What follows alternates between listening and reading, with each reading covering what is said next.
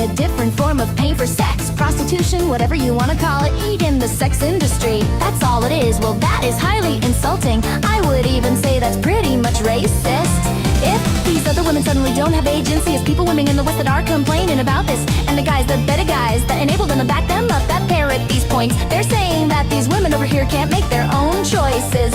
You're coming with your Western money, and suddenly you're dazzling them and enchanting them, and you're removing their agency. No, that's clearly not the case. They're playing 4D chess.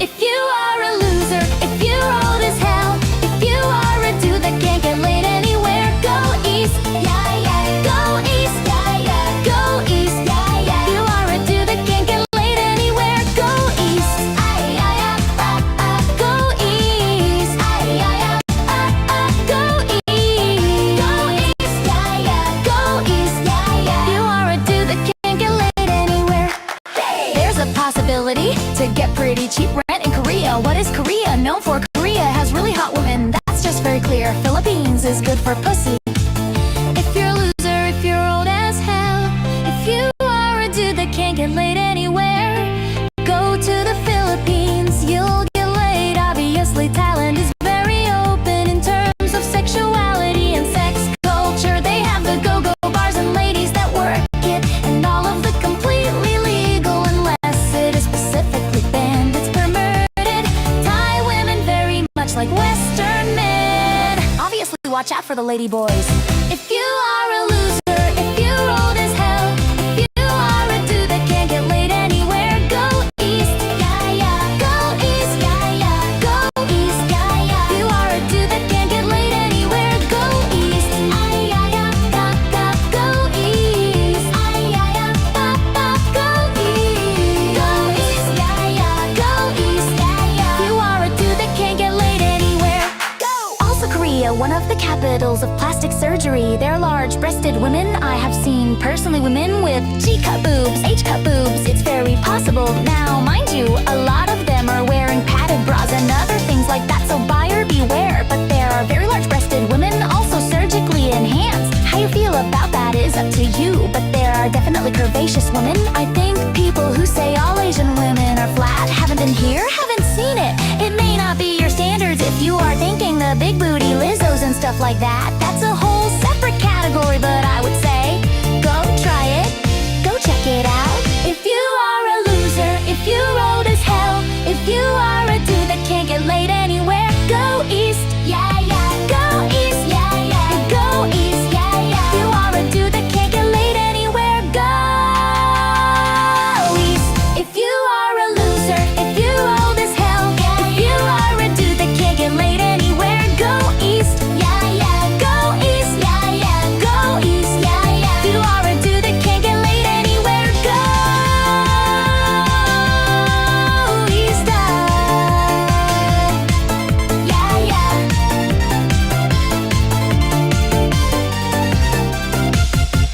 Yeah, yeah.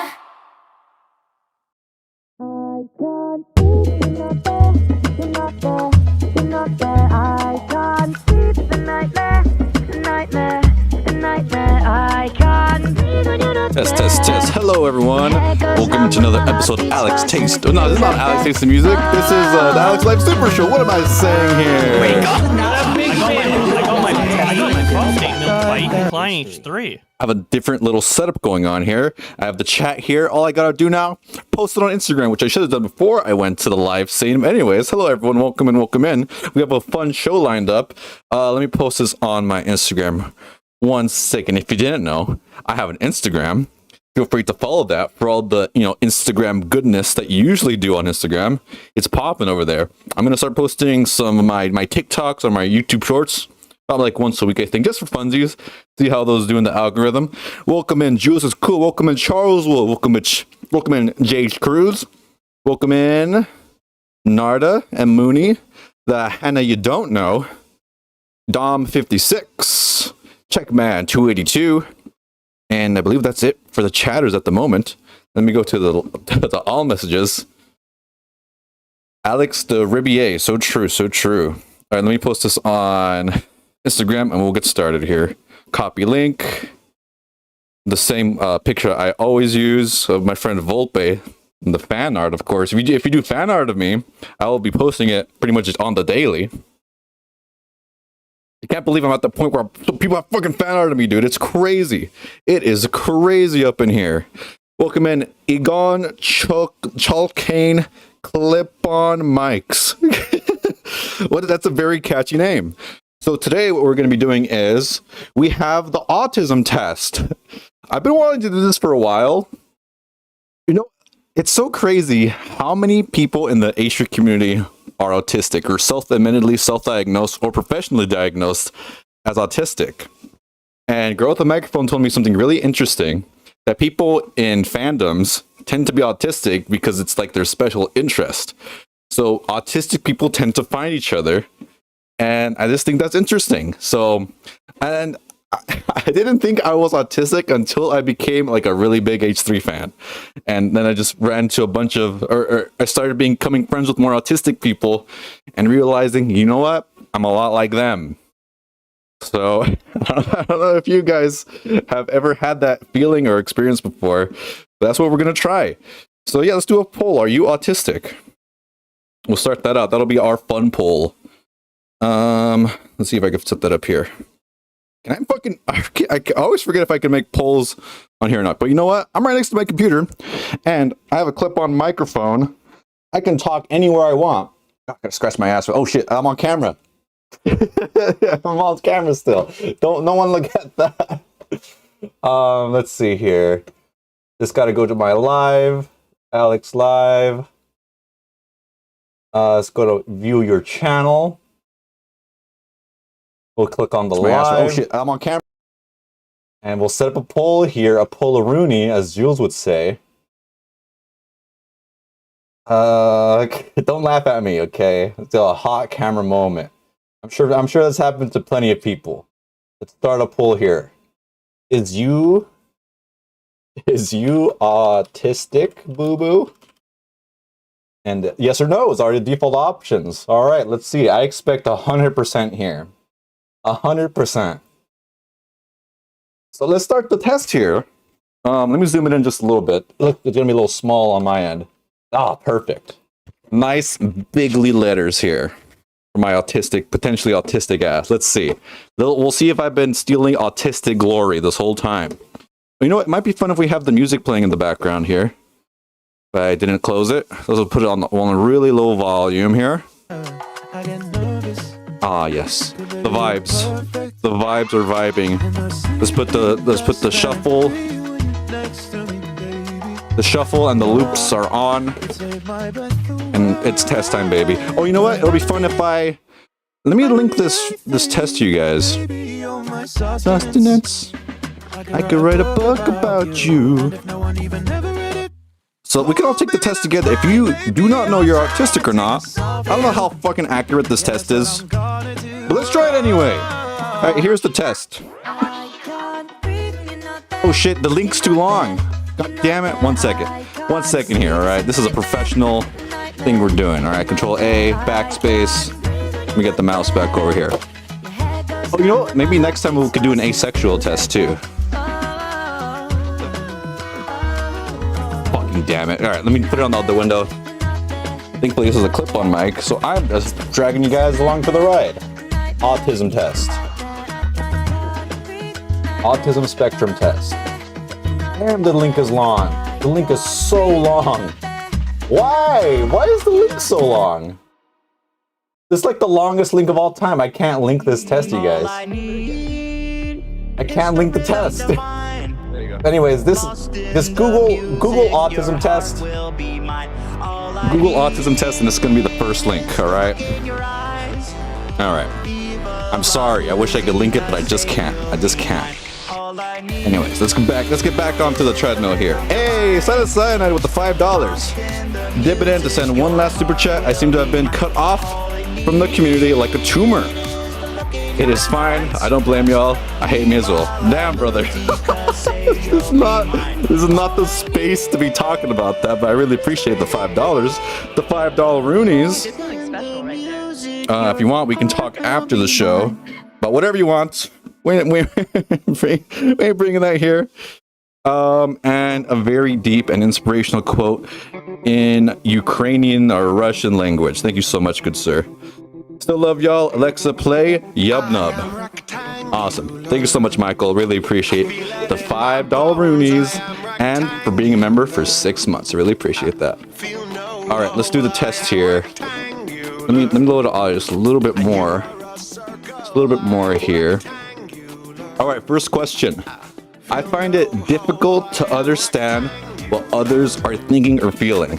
See, I don't know which direction this leads me to. Bro, are you the new hire? Yes, I will confirm now. So we know David is one of the new hires. New hire number 2 and 3 is me. They gave me 2 contracts. The first contract is for the top half of my body. The second contract, the more expensive of the 2 contracts, is for the second half of my body, for them to do whatever they want, all right? All right, it's true. All right, first question. I find it difficult to understand what other people are thinking or feeling. So, is it autistic to know how to have a strong feeling to what other people are thinking or feeling? I feel like not. I feel like an autistic person would vote the red option. But I've always had a strong feeling or strong thinking of how other people around me feel. Like if someone's upset at me, I know fucking right away, dude. Right away. Oh, Deej is sending me a DM. Deej, this better be good, dog. This better be good. Let's see. EmbraceAutism.com says, is this a better test? Is that one better? That one better? So Deej sent me an alternative test. Hey, Raider Randy 88, welcome in, welcome in. Don't tease. I'm not teasing, it's the truth. I feel like it's more the neurodivergent people find each other. That's what I said at the start of the stream. And that's right, Cruz, so true. Spread the word. Alex is the 2nd and 3rd new hire. Yes.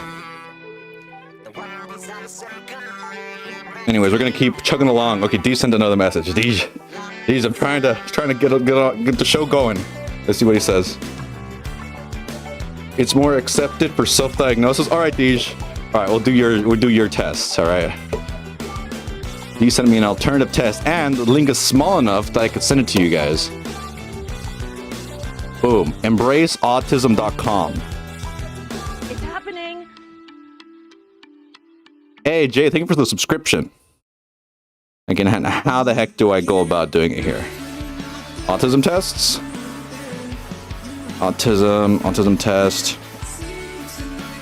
For autism spectrum quotient. These this website's too complicated for my autistic ass. My potentially autistic ass. We're gonna stick with the first Google result, okay? We'll just chug along with my initial plan here. But I really appreciate you. Deja, are you okay if I do this one? The other one is so confusing. I don't know what's going on here, man. Online. There's way too many options here. There's too many options here. 10 statements. 5-minute reading.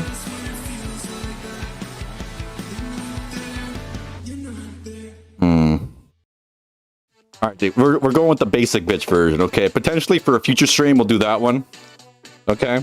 We're gonna do the basic bitch version, which is me right now. Go with the whichever you prefer, bro. Thank you, Deej. Okay, so back to the first question. I also asked myself, because I had this tab open for like 10 minutes. Is it timing me how long it takes me to answer the questions? You know, I think that's fun. If they're like, oh, this guy took way too long. Automatic autism, because he's getting distracted. With that, I mean, being distracted has nothing to do with autism, I don't think. But I would think it's funny if at the end he's autistic and he has ADHD. He took way too long to answer this shit.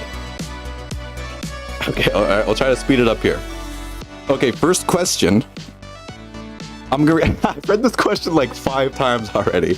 I find it difficult to understand what people are thinking or feeling. All right, I've expressed my feelings towards this one. I feel like I have a good gauge, a good radar if the people around me are feeling sad, happy, angry, or upset. I'm very strong. I feel like I understand how people feel very well. Next question. I prefer to follow a routine rather than deal with unexpected changes. I love a good routine, honestly. I've never stuck with one though. Okay, I prefer the idea of a routine, so I'm always gonna prefer that for sure. Routines are good in my book. Next question. I enjoy social interactions and making new friends. Definitely. I'm not gonna go out like every day or something to meet new people or go out of my way, but when it comes to people within our community, if I see a new face pop up, I want to be your friend like immediately, like right away. I want to collab with you and I want you on my podcast, all right? So initially I was gonna put like a light green, but as I answer that, you know, I feel like I'm a strong green on that one. What if the twist at the end is, Alex, you're not autistic at all. You're the most normie motherfucker that's ever taken this test. Oh, what's wrong with the audio? Audio? Not ADHD convert. What's wrong with the audio? Let me check the audio settings. Test. No, it's fine. It's fine. Don't fuck with me. Turn the music up. You want the music higher? Oh, okay. I see what you're saying. I can't believe this song is claim free, you guys. Yeah. I'm getting distracted again. Personality test. Okay. Next question. I often focus intensely on specific topics of interest.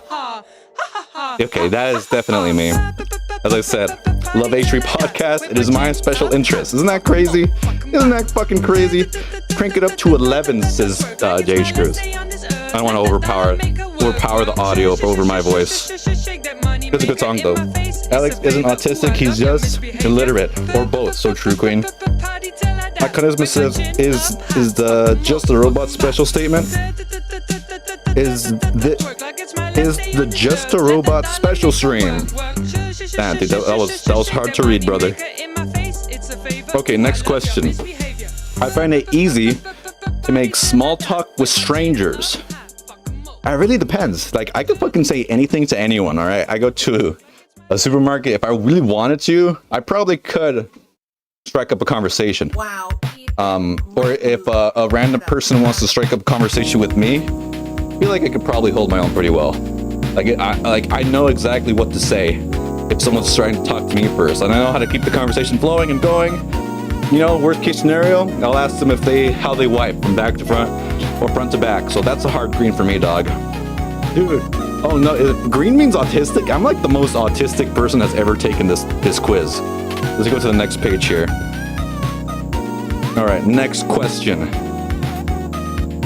I have a strong preference for activities with clear rules and structures. Maybe, like if I'm playing like a game with friends, like on Discord, I would prefer the rules to be clear. I don't want like people like potentially cheating, you know? So yeah, I would definitely prefer structures and rules on that one. Next question. I frequently notice details that others miss. I wouldn't go far to say that. I do notice certain things sometimes, not all the time. But I'm definitely not the person to miss things here and there. I feel very middle-ish towards this one, but am I hyping myself up that much to point out details? I mean, that's not me. That's not my thing. to point out, hey, you got this thing wrong here, you know? I'll go in the middle for that one. Change your first answer, and he will never change it now. What was wrong with the first one? What was wrong with the first one? What's the first? I forget what the whole first one was, honestly. What do you mean, Jules? What do you mean what the first one was wrong? He's gone too far. What up, brother? Do you have your passport? This woman's aura is unmatched. Girl, would you like to come? Anyway, did he just say he doesn't miss things? All right, you guys are trolling me. What was wrong with the first answer? You answered wrong from what you wanted. What do you mean? No. Did I fuck up the first one? All right, we're just going back. Right, we're gonna restart the whole test. We're restarting the whole test. I find it difficult to understand. Oh, I fucked it up. I don't find it difficult.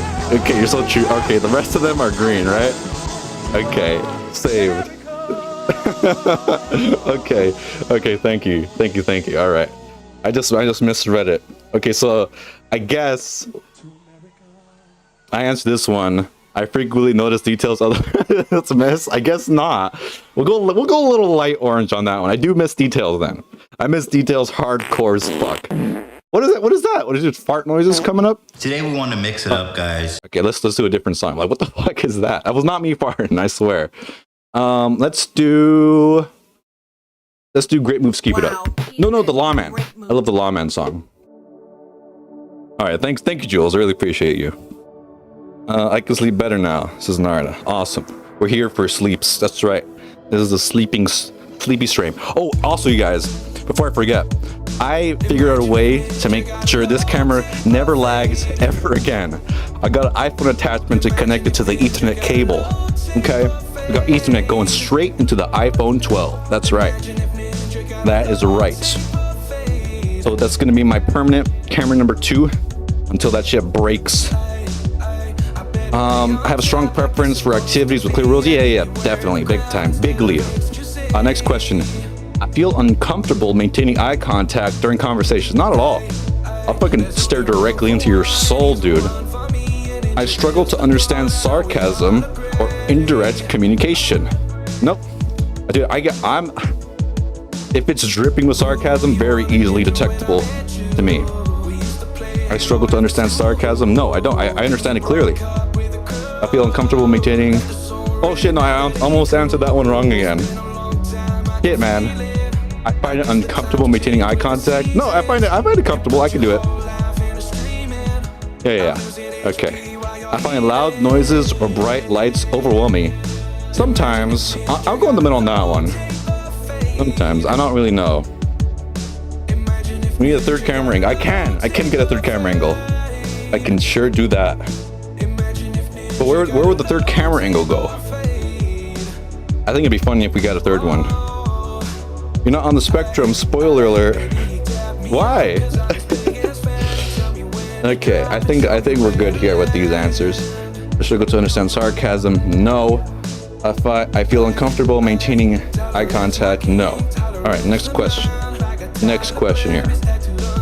I enjoy engaging in group conversations or social gatherings. Group conversations, no. I've always been kind of struggling on that one, to be honest with you. I'm really good on one-on-one. If I'm in a party situation with like a group of like 6 people, unless I'm the center of attention, which I crave, I find it hard to like cut in if 2 other people are talking. But I don't really always feel like it's my fault. I feel like people struggle to invite someone into the conversation and often tend to focus on one or just one person. You know, I feel like people need to do a better job at inviting the quiet person in the group to talk more. You know, that's why I always think it's cool when I hang out with Koya. When we were on a call, a Reddit stories, you notice I wasn't saying anything for a bit. And she's like, Alex, what do you think? And I think that's cool as fuck, man. If you're in that situation and you see someone wants to participate, that's a really cool way to just subtly like drag them back in. So to answer this one, I think I'm gonna go light orange on that. Difficulty understanding jokes or humor that involve wordplay. It might take me a second to realize what someone's saying, but no, I don't think I find it that difficult. You love cutting in, says JH Group. I feel so bad cutting into a group conversation. Me and Alex are so different. Don't look in my eyes ever. And also, bright lights and loud noises end me. So true, Queen. I've got that formal diagnosis. Shout outs. Shout outs, Andrew skates badly. Hell yeah. Hell yeah, Doggeroony. I have difficulty. No, not really. I'll go hard solid red on that one. I prefer solitary activities over social ones. Damn, that's a tough one. I guess I'm gonna go a light green on that one. I do like social activities, I like socializing, like when it comes to like online stuff, definitely. I love hosting movie nights, game nights. I like doing lots of different collabs online. I guess some people might consider that a solitary activity because I am just here in my room, right? So I'll go a light green on that one. Light green. I often repeat certain behaviors or movements. I do this thing. My stim. This is my stim right here. Let me go to up to the main camera. I like to squish my fingers a little bit like this. I do this like literally like 20 times per day at least, and I do it with my toes too. But I can't show that to you guys. That's my stim. So I guess I gotta go a hard green on that one. If I have my own goddamn stim, yeah, I'll go hard green on that. I get upset if my daily routine is disrupted. Actually, I want a daily routine. I don't really have one, so I'm gonna go gray on that one, Doggeroony. Hey, Tanya, welcome in, Cam, bam. Ethan Posh. Okay, you guys. All right. See, it looks ridiculous standing up perfectly straight too, by the way. Okay, this looks silly as heck. As heck ridiculous, as Jules would say. But yeah. I think that's my answer so far. He says, it can be a bit situational for me, but I most prefer dull lighting and quieter downs. So, is Alex the new H3 hire? It's true. I'm the two other new H3 hires. You know how David is the first of the three? I'm the second and third hire. They hired me twice. That's right. That's the twist. You'll all hear it on Monday. Alright, next. I find it hard to predict how others will react in social situations. Not at all. Like if it's Christmas time and we have like I'm always worried like, fuck, is my brother, my dad gonna ruin things? How much alcohol have they both drank tonight? I'm pretty aware. So no, I don't find it hard to predict if things are gonna happen at all. I'm almost clairvoyant, I would say. I'm comfortable with sudden changes in plans. I'd say so. I would say I'm pretty comfortable with that. Like last minute changes, as long as it doesn't like make things hard for me. Like I'm totally cool switching things up on the fly. You know, taking things as they come. That's gonna be a light green for me, Doggeroony. I often take things literally and struggle with abstract concepts. Probably not. If someone, I love abstract concepts. My humor, I would say, is pretty abstract as well. So I'll go like I'll go a hard red on that one, dog. I can easily recognize and interpret facial expressions. Facial expressions. I feel like I have a good gauge if someone's face is happy, angry, sad, upset. You know. Yeah, I'll put a hard green on that one. I feel like that one's pretty easy for me. I prefer to work alone rather than in a team. Honestly, that one depends. See, working on a team as like a mod for Guam, that is very fun and fulfilling for me. But when I was in engineering, and sometimes we'd have a group project, and I was pinned with like someone I wasn't super fond of, you know, that'd be a struggle. Or in college, sometimes you get picked in like random groups. That's almost never fun. So I'll go in the middle. I'll go in the middle for that one. Very situational. Oh my god, that 20% way done. Taking a lot longer than I was expecting. Agua, delicious. Andrew says, LOL, if the plans change at all, I go home. I showed up to work and someone was sitting in my desk. I just left and gone home. Holy crap, man. You're autistic as fuck. This guy's autistic. I'm sorry. I'm not making fun of you. I'm sorry. It's being silly. That is crazy though, Andrew. That is crazy. Next question. I feel overwhelmed in crowded or noisy environments. I could handle like a super crowded, noisy environment for a while. I do reach my limit at some point though. So we'll go light green on that one. We'll go, I enjoy discussing a wide variety of topics with different people. I'm sorry, Andrew, I'm sorry. I'm sorry, okay, I didn't mean it. I was joking. Oh, Toya, welcome in. I wish I could watch, but I'm so sleepy. I gotta go to bed for work tomorrow. Good night, Koi. Enjoy your sleeps. Enjoy your sleeps. Where is this test? I want to take it now, too. So just Google Autism Test. It should be the first one that pops up. I wanted to post a link, but the link is just too damn long, man. Copy link address. Let me try it again. Control A, Control V. Yeah, it's too long, dude. I can't post it. But the website is personality.co. That's where I'm taking it from. No, it's okay. I am autistic as shit. I'm sorry, dude. I'm so sorry. From the cage I've known. Alright, next question. I enjoy discussing a wide variety of topics with different people. I mean, duh. Do I have a fucking podcast? It's literally what I do for YouTube, dude. Okay? I definitely enjoy different wide variety of topics. I have difficulty forming and maintaining friendships. Nowadays, I feel like I'm really good at that. To the point where like I help host stuff in our community Discord server. So I feel like I'm good at that. So that's gonna be a red for me, dog. I often feel that I am different from others. I've always felt that way, honestly. In high school, I felt like I didn't really belong in like any group, any situation. I never found like my people until the H3 community. So now I feel like I'm pretty good. So I'll go a light green on that one. I found my community finally. I often feel different sometimes, yeah. I have specific interests that I am extremely knowledgeable about. Let's see, what specific interests do I have besides H3? Honestly, I'm not really that kind of autistic person that focuses on like certain things and become an expert on that. But if I was, you know, I think that'd be great. Real life friends? Oh, real life friends? I don't know, it's kind of, the lines are blurred between real life friends and H3 friends, because I do meet up with my my H3 friends in person.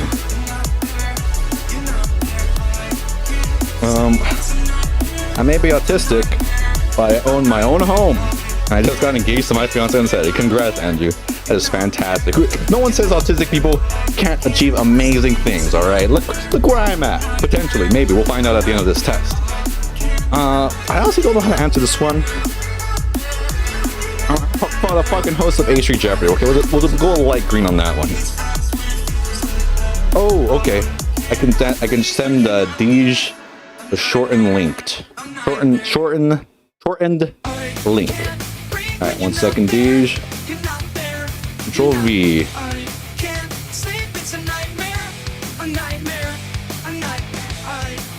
Alright, thank you, Deej.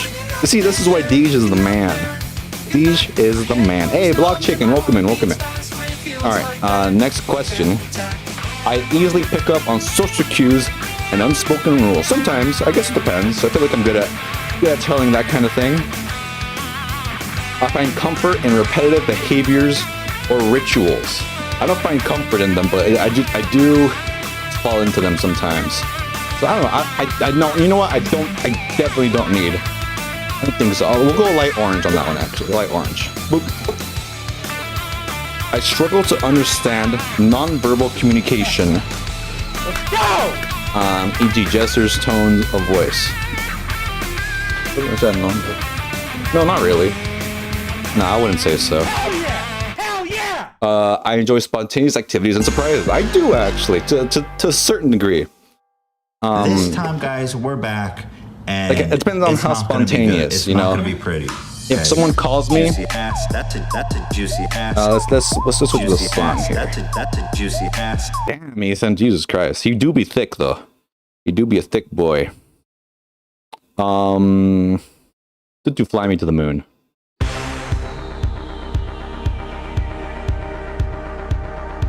Hope you guys are having fun. Oh, thanks, Deej. Let me pin that let me pin that bad boy. Oh shit. Oh damn, I'm gonna do it on my phone now too. Pin. Come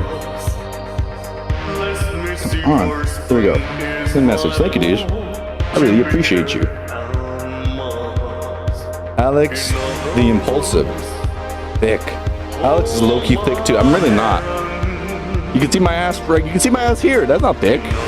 That's as flat as they come. I enjoy spontaneous activities and surprise. I do love a good surprise. Surprises are fun.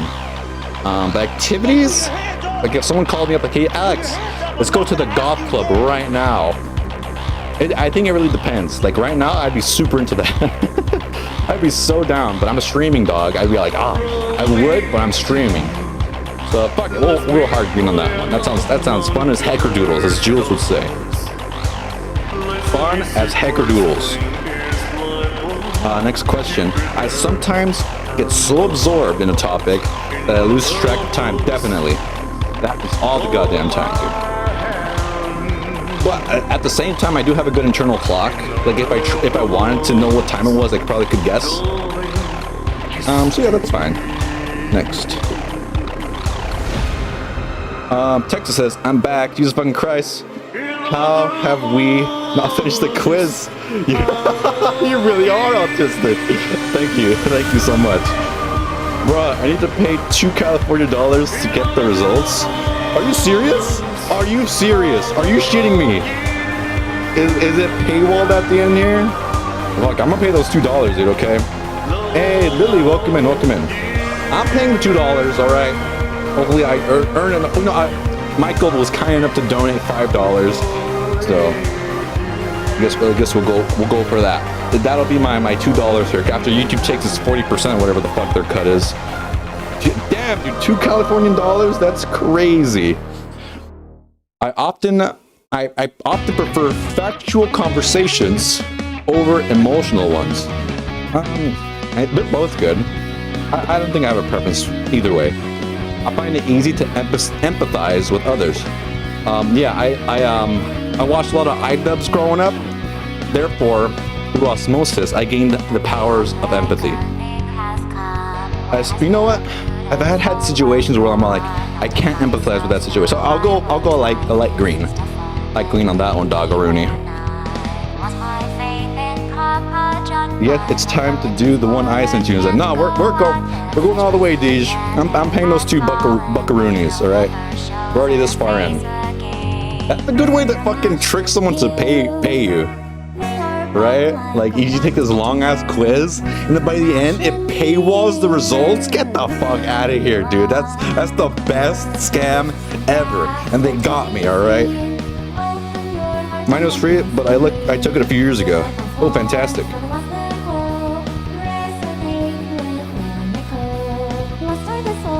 Yeah, maybe I'll take that one off the pen. Honestly, I don't want you guys to have to pay. All right. I'm sorry, Deej. All right, we're gonna keep going though. I sometimes find it difficult to know when it's my turn to speak in a conversation. Definitely, that is definitely a problem for me. I feel drained after social interactions. Yes, that's a hard green for me, dog. I have difficulty processing multiple sensory inputs at once. What does that mean? David is really not afraid. I have difficulty processing multiple. I mean, I don't think so, right? Probably not. No, I multitask like crazy. I'm on the fucking treadmill right now while I'm talking to you guys.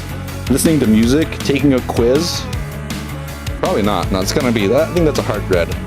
That's a hard red for me, dog. Lily says, I wonder if my doctor used one of these websites on their iPad and just read me the questions and filled it out for me. That's, dude, probably. 109? So true, check, man. Stay away from the sampler unless you want to treat yourself. Oh, speaking of the Denny's sampler, I think that's what our sub goal is going to be at 6,000. I'm going to do a food review of the Denny's sampler. Next question. I rarely get anxious in social situations. And sometimes I do, sometimes I don't. More often than not, maybe a little more often. It's not usually a super strong. It depends. I want to like green. I have a strong sensitivity to textures. I don't think so. Like, I've never worn a shirt and be like, I hate this texture. I can't wear this texture ever. At the same time, I do very much like different textures. Maybe we'll go for a light green. On that one. I often analyze social interactions to understand what went wrong. Sometimes, yeah, I do that. It's just a fun way to reflect. See, if I have a bad interaction with someone, I'm like, what the fuck did I do? Serotonin, welcome in. I enjoy trying new foods and experiences. Definitely. I definitely do. I don't go out of my way, but if the opportunity comes up, yeah, big time. Next question. I sometimes struggle with coordination and fine motor skills. Probably not. I'm pretty good at my motor skills. Nah, not really. I'm naturally skilled at recognizing patterns. I play a lot of Zelda. That's a puzzle game. I don't know. I don't know how to answer that one. Triangle Pod. What was the Kim K remix? Oh, you guys don't know this one? This is from Mr. Bigum's Dating and Money, California Dreamin'. You guys gotta check this one out, dude. It's great. It is great. We make it look easy. I'm naturally skilled at recognizing patterns. I don't know. I don't think I'm naturally skilled at that. I'll go like orange there. This I wanna time, play, guys, we're back. I want to play. Let's play the Leap song. Yeah. I find it easy to engage in small talk. If there was an option between these, I'd go there. Fuck it, I can do a little bit of small talk here and there. I often feel overwhelmed by social expectations. Do I feel overwhelmed by social expectations? Not really. I'm a goddamn... You're fucking doing YouTube right now. Buck Chicken says, what are your thoughts on Sonic franchise? I have no thoughts on the Sonic franchise, okay? I played like the original 2 or 3 games that came out for it. I never made it past the first worlds on either of those. That's about it. I have not many thoughts on Sonic, sadly. I often feel overwhelmed by social expectations. Not really. I was dating a partner that, they had huge social expectations placed upon them. Therefore, by being with them, those expectations would be placed on me too. But beyond that, now, hell no, dude. I feel like I can do whatever I want in terms of my social standing. So personally, no, not really. I'll go light orange on that because it really depends. I enjoy working on detailed, repetitive tasks. I do actually. When I was an office engineer, I really liked the spreadsheet work where I just had to, just fill out a bunch of cells, one after the other. And I could just play music or watch the H3 podcast. That was always a fun time for me. Yeah, I like repetitive tasks. I can easily adapt to new environments and routines. There haven't been many situations where I've had to do so. I can't really think about that, so I'll go gray. I'll go gray on that one. Here it says, I have multiple Eevee plushies. Oh, that's fantastic. Not a Sonic fan, spoiler, not on the spectrum. Oh god, so true. I guess that should have been the first question, huh? I have a Sonic plushie, says Jules. Oh, fantastic. Small talk is hard, I don't like doing it and always feel like I'm bad at it. Andrew says, I'm finally at a point where I can order from a restaurant even if I've never had the food before. It used to be I'd find one dish I like, and that was it. Oh, wow. Congrats, Andrew. Congrats. Okay. I struggle to maintain eye contact while listening to someone. Wait, did we do this one? No, I don't struggle with that. I'll fucking stare directly into your soul, my guy. I often miss social cues. Wait, what happened? I feel like we've done these. I often miss social cues others pick up on. Not really. I prefer logical explanations over emotional ones. I like both. Both to me are good. Tanya says, ASD is different in men and women. That's why so many women get diagnosed way later in life. The girlies are socialized differently, so the girls can mask it pretty well. Oh, that's awesome. That's great. Hey, it's Elias Gusarino. Welcome in, welcome in. I get deeply interested in specific topics for long periods. That's true, yeah. That's definitely my case. I have trouble making sense of unwritten social cues. Why is it, dude? It's really fucking pounding in those unwritten social cues. I don't think so. Oh shit! Oh no! What is this? What the fuck is this? Ah! Oh my god! We Are Charlie Kirk reggae remix? That's not good, dog. That is not good. Jesus Christ! Don't fucking claim me on that one, dude. Do not fucking claim me. I swear to God. Oh, the poll. 62% of you guys are autistic. I knew it. I fucking knew it. When's your next mukbang? I've never done a mukbang. Wait, I did the pizza one like 6 months ago. Soon. When we do 6K, we're gonna be doing the Denny Sampler. I feel nervous when talking to people I don't know. Not really. Nah, I'll go hard right. I'll talk to fucking anyone, dude. I can quickly adjust my behavior in different social settings. I can quickly adjust my behavior. Yeah, probably. Oh, I'll go light green on that one. I tend to take people's words at face value.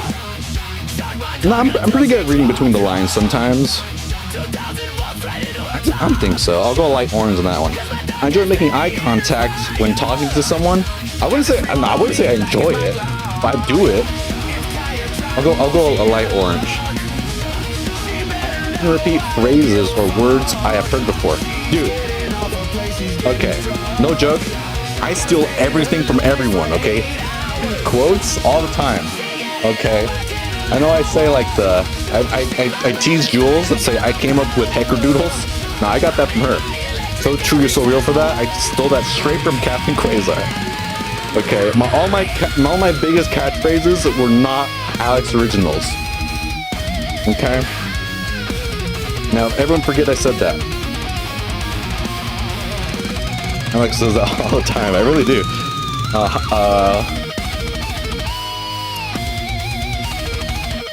The other Lena. You changed your name. Wasn't your name something else before, Lena? Hi, Jules. Just getting off work. Is Alex autistic? Yeah, we're figuring that out. Okay. Apparently, I'm not because I don't like Sonic.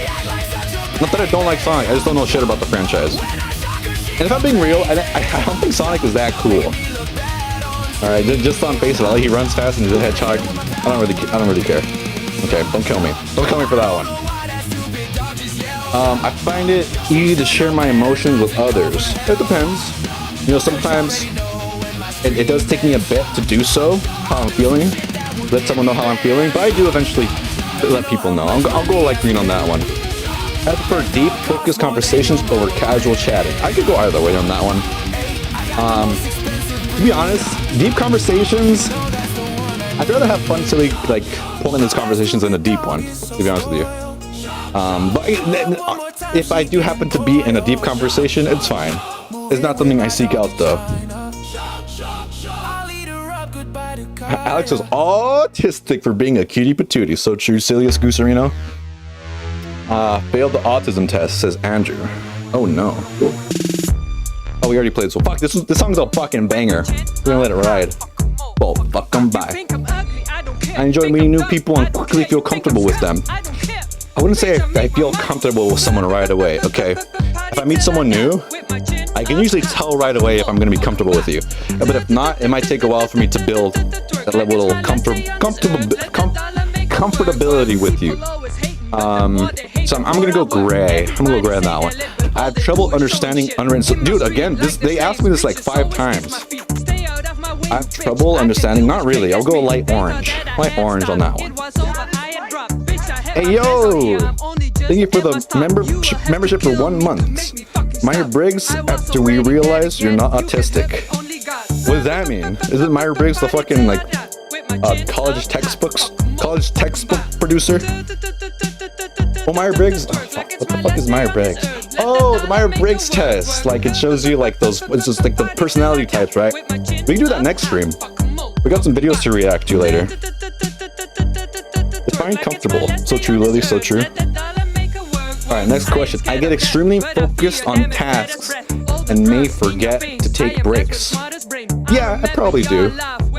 Probably do be forgetting to take breaks. Next question. Alright, what is Deej saying? Deegerino. Grizzly wants you to do this one so he can add to a list of Pope's Discord. Wait, why? Why do you know that? Really wants you to do this one so he can add you to a list of Pope's Discord? Oh, we'll do it next stream, okay? We're already almost done with this one already. Alright. Thank you, Andrew, for the 1 month of being a member of the supporter. Yeah. Go East. So true, King. We'll do that one next stream, Deej. I enjoy socializing in large groups. I would prefer a smaller group. I struggle with multitasking. Hell no. Hell no, dog. I can read between the lines when people speak. Yes. Dude, it's just repeating the questions over and over again. I have a strong dislike for certain sounds and textures. Not really. I prefer having predictable daily schedule. We'll go in the middle for that one. You know what? Let's go slightly green. Slightly green there. Yeah. Serotonin says, hello, Miss Potate. Miss? Fem vibes? I don't know. Icon says, Alex is going east. So true. I do go east to visit people in the Midwest. That's right. Next question. I can easily recognize sarcasm. Yes. Definitely, dog. I sometimes get lost in my own thoughts and ignore the world around me. Yes, big time. That's bigly me. I struggle to make eye contact when I try. No, I can make eye contact. I'm very detail oriented. No, not really. I dislike small talk. Hey, Arya with the 420. Same questions asked to confirm the TISM strength. Okay. I don't know what you mean by that, but yes. Same question asked. Oh, do you mean yours? When they asked you, like, professionally, if you did that? That's my sister, Arya, by the way. Everyone say hi to my sister. Next question. I dislike small talk and find it difficult. I don't find it difficult, but I wouldn't say I like small talk. So we'll go a light orange on that one. Yeah. I think that's fine.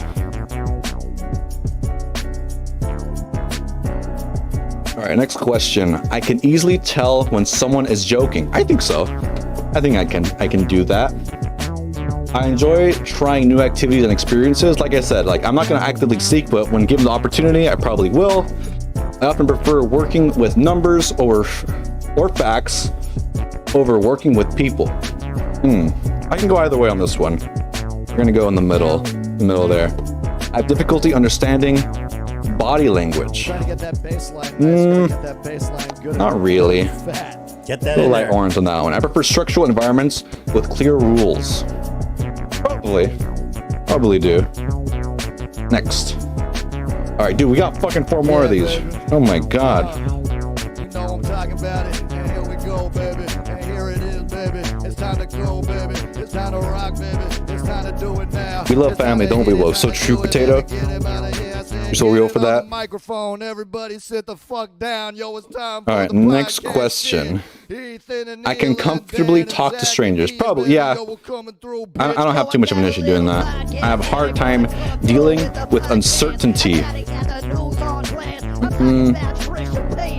Yeah, sometimes. I would say so. I enjoy spontaneous plans. Again, it's very situational. It really depends on how I'm feeling in general. Sometimes. Spontaneous plans can be sometimes good, but doesn't mean I'm going to go through with them, though. I often need alone time to recover from social interactions. Definitely. That's definitely me, dog. I struggle to imagine how others feel. No.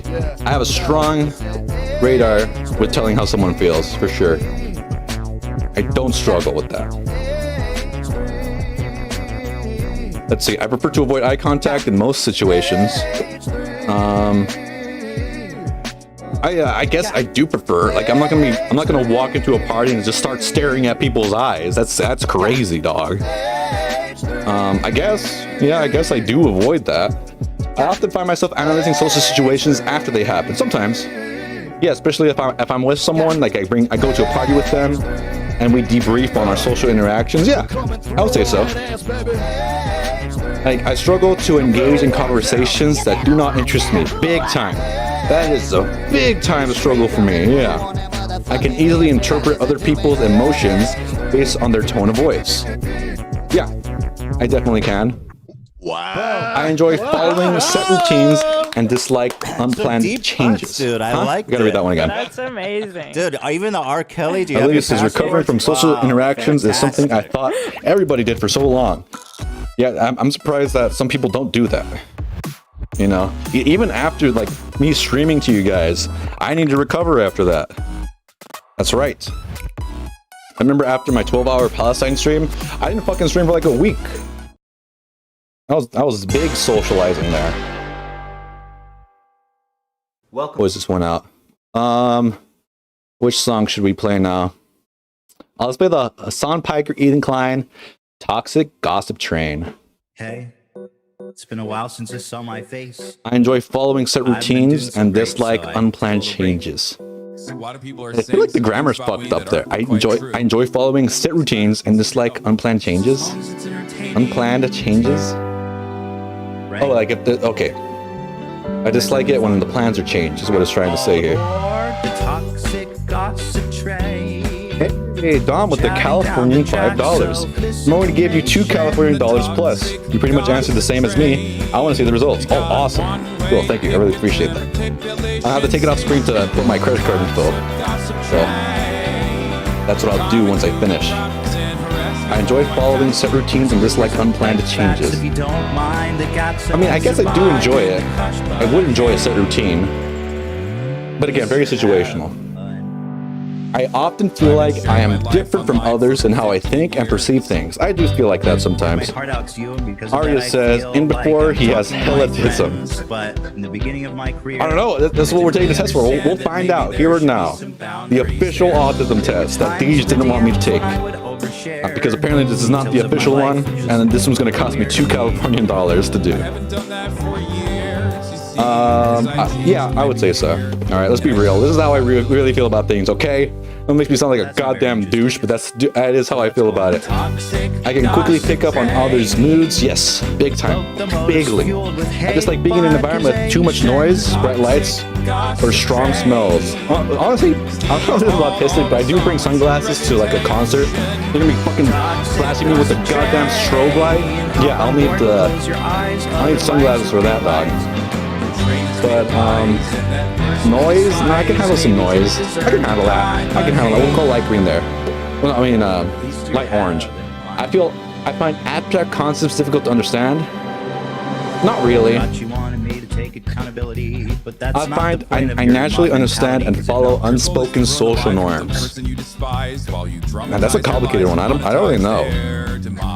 Naturally understand. What's in like? What do they mean? I need more details on that one. I'm gonna go gray. I'm gonna go gray on that one, dog. We got two more. Shit. Jesus Christ. Tanya says, I talk with medical providers and patients for a living, and it's very draining. So true, Queen. You're so real for that. Oh, bye, Lily. Have a good one. If Alex is autistic, then I have super autism. Says Manny. You make it sound cool like that. Andrew says, I can feel when the vibe's off. I can just never tell why. That's the autism right there, Andrew. I often take longer than others to respond in conversation. No, dude, I respond right away. I have like, dude, look at my goddamn Discord DMs, alright? There's only one unread Discord DM. I'll read everything, dude. And I'll respond right away too. I find it easy to express my feelings through words. It really depends. I'll go in the middle on that one too. I tend to focus on the details rather than the bigger picture. Yeah, I would say I would focus more on details than the bigger picture, just because I like pointing out small things, because I think it'd be funny to point out the small things instead of the bigger picture. Andrew says, oh, I already read that one. I enjoy engaging in creative and abstract thinking. Do I? I just can't remember a situation where I'm like, I'm doing abstract thinking right now. I guess that would be fun. If Captain Quasar calls me, I'm saying, hey, yo, Alex, you want to engage in creative and abstract thinking? I'll be like, hell yeah, I do. I don't know what that means, but that sounds fun. That sounds fun as heckerdoodles, as Jules would say. You do have to pay $2, as Jules. Damn, that sucks. I'm so sorry, guys. I feel uncomfortable when I am in a group, but not actively participating. I feel uncomfortable when I'm in. Yeah, I do. I definitely do, dog. All right, last page. I often struggle to interpret figurative language or metaphors. Sometimes. I wouldn't say it's like a struggle, but it's kind of fun to try to interpret what people mean if they're trying to be metaphorical. I can easily switch between different tasks without getting overwhelmed. No. But yeah, I can switch between different tasks all the time. I don't find that difficult at all. I find myself mimicking others' behaviors or speech patterns in social situations. Sometimes. I do be mimicking, but not like not like right away. It takes me a while to absorb. Oh my god, the fucking camera's lagging out. Alright, what's the issue here, dude? Gotta figure out the issue here. I struggle with activities that require a lot of coordination. No. I'm usually the one coordinating that shit. I prefer logical explanations over emotional reasoning. I prefer logical explanations over emotional reasoning. Yeah. I would say probably, yeah. Finish. Get my results. Let's pay those $2 Californian dollars. It's analyzing. It's crunching the numbers. That's such a random number.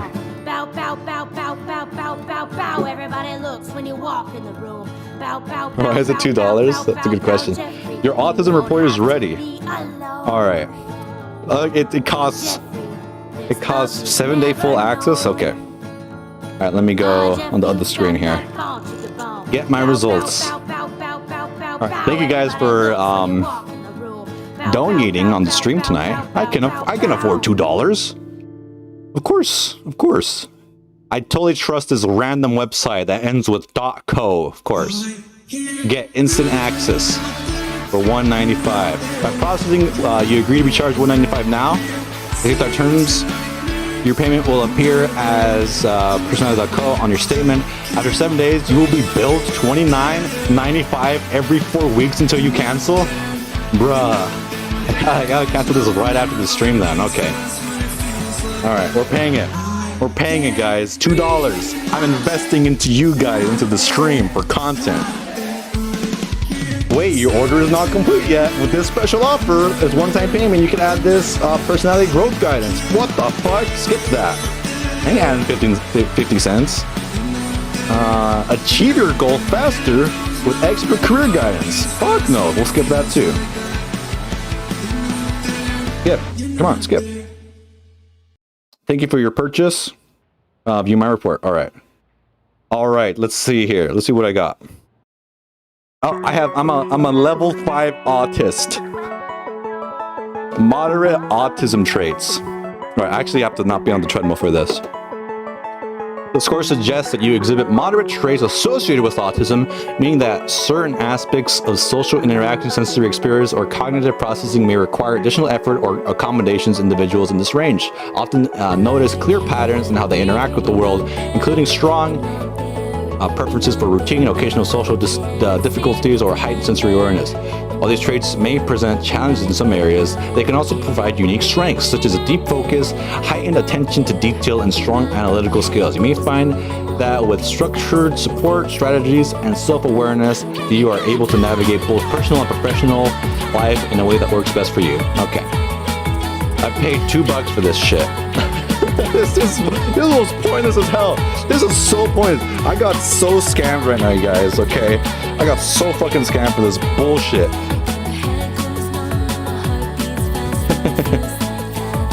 Damn. Yeah, dude, this is some bullshit right here. Risky identity theft. Find out he's not autistic. Alex, you gotta get Carlos stat. He can fix your autism, so true. We're gonna take a quick restroom break, you guys. Enjoy the playlist. I'll be right back. I'm gonna take this out, because if I don't take this out, you will hear me pee.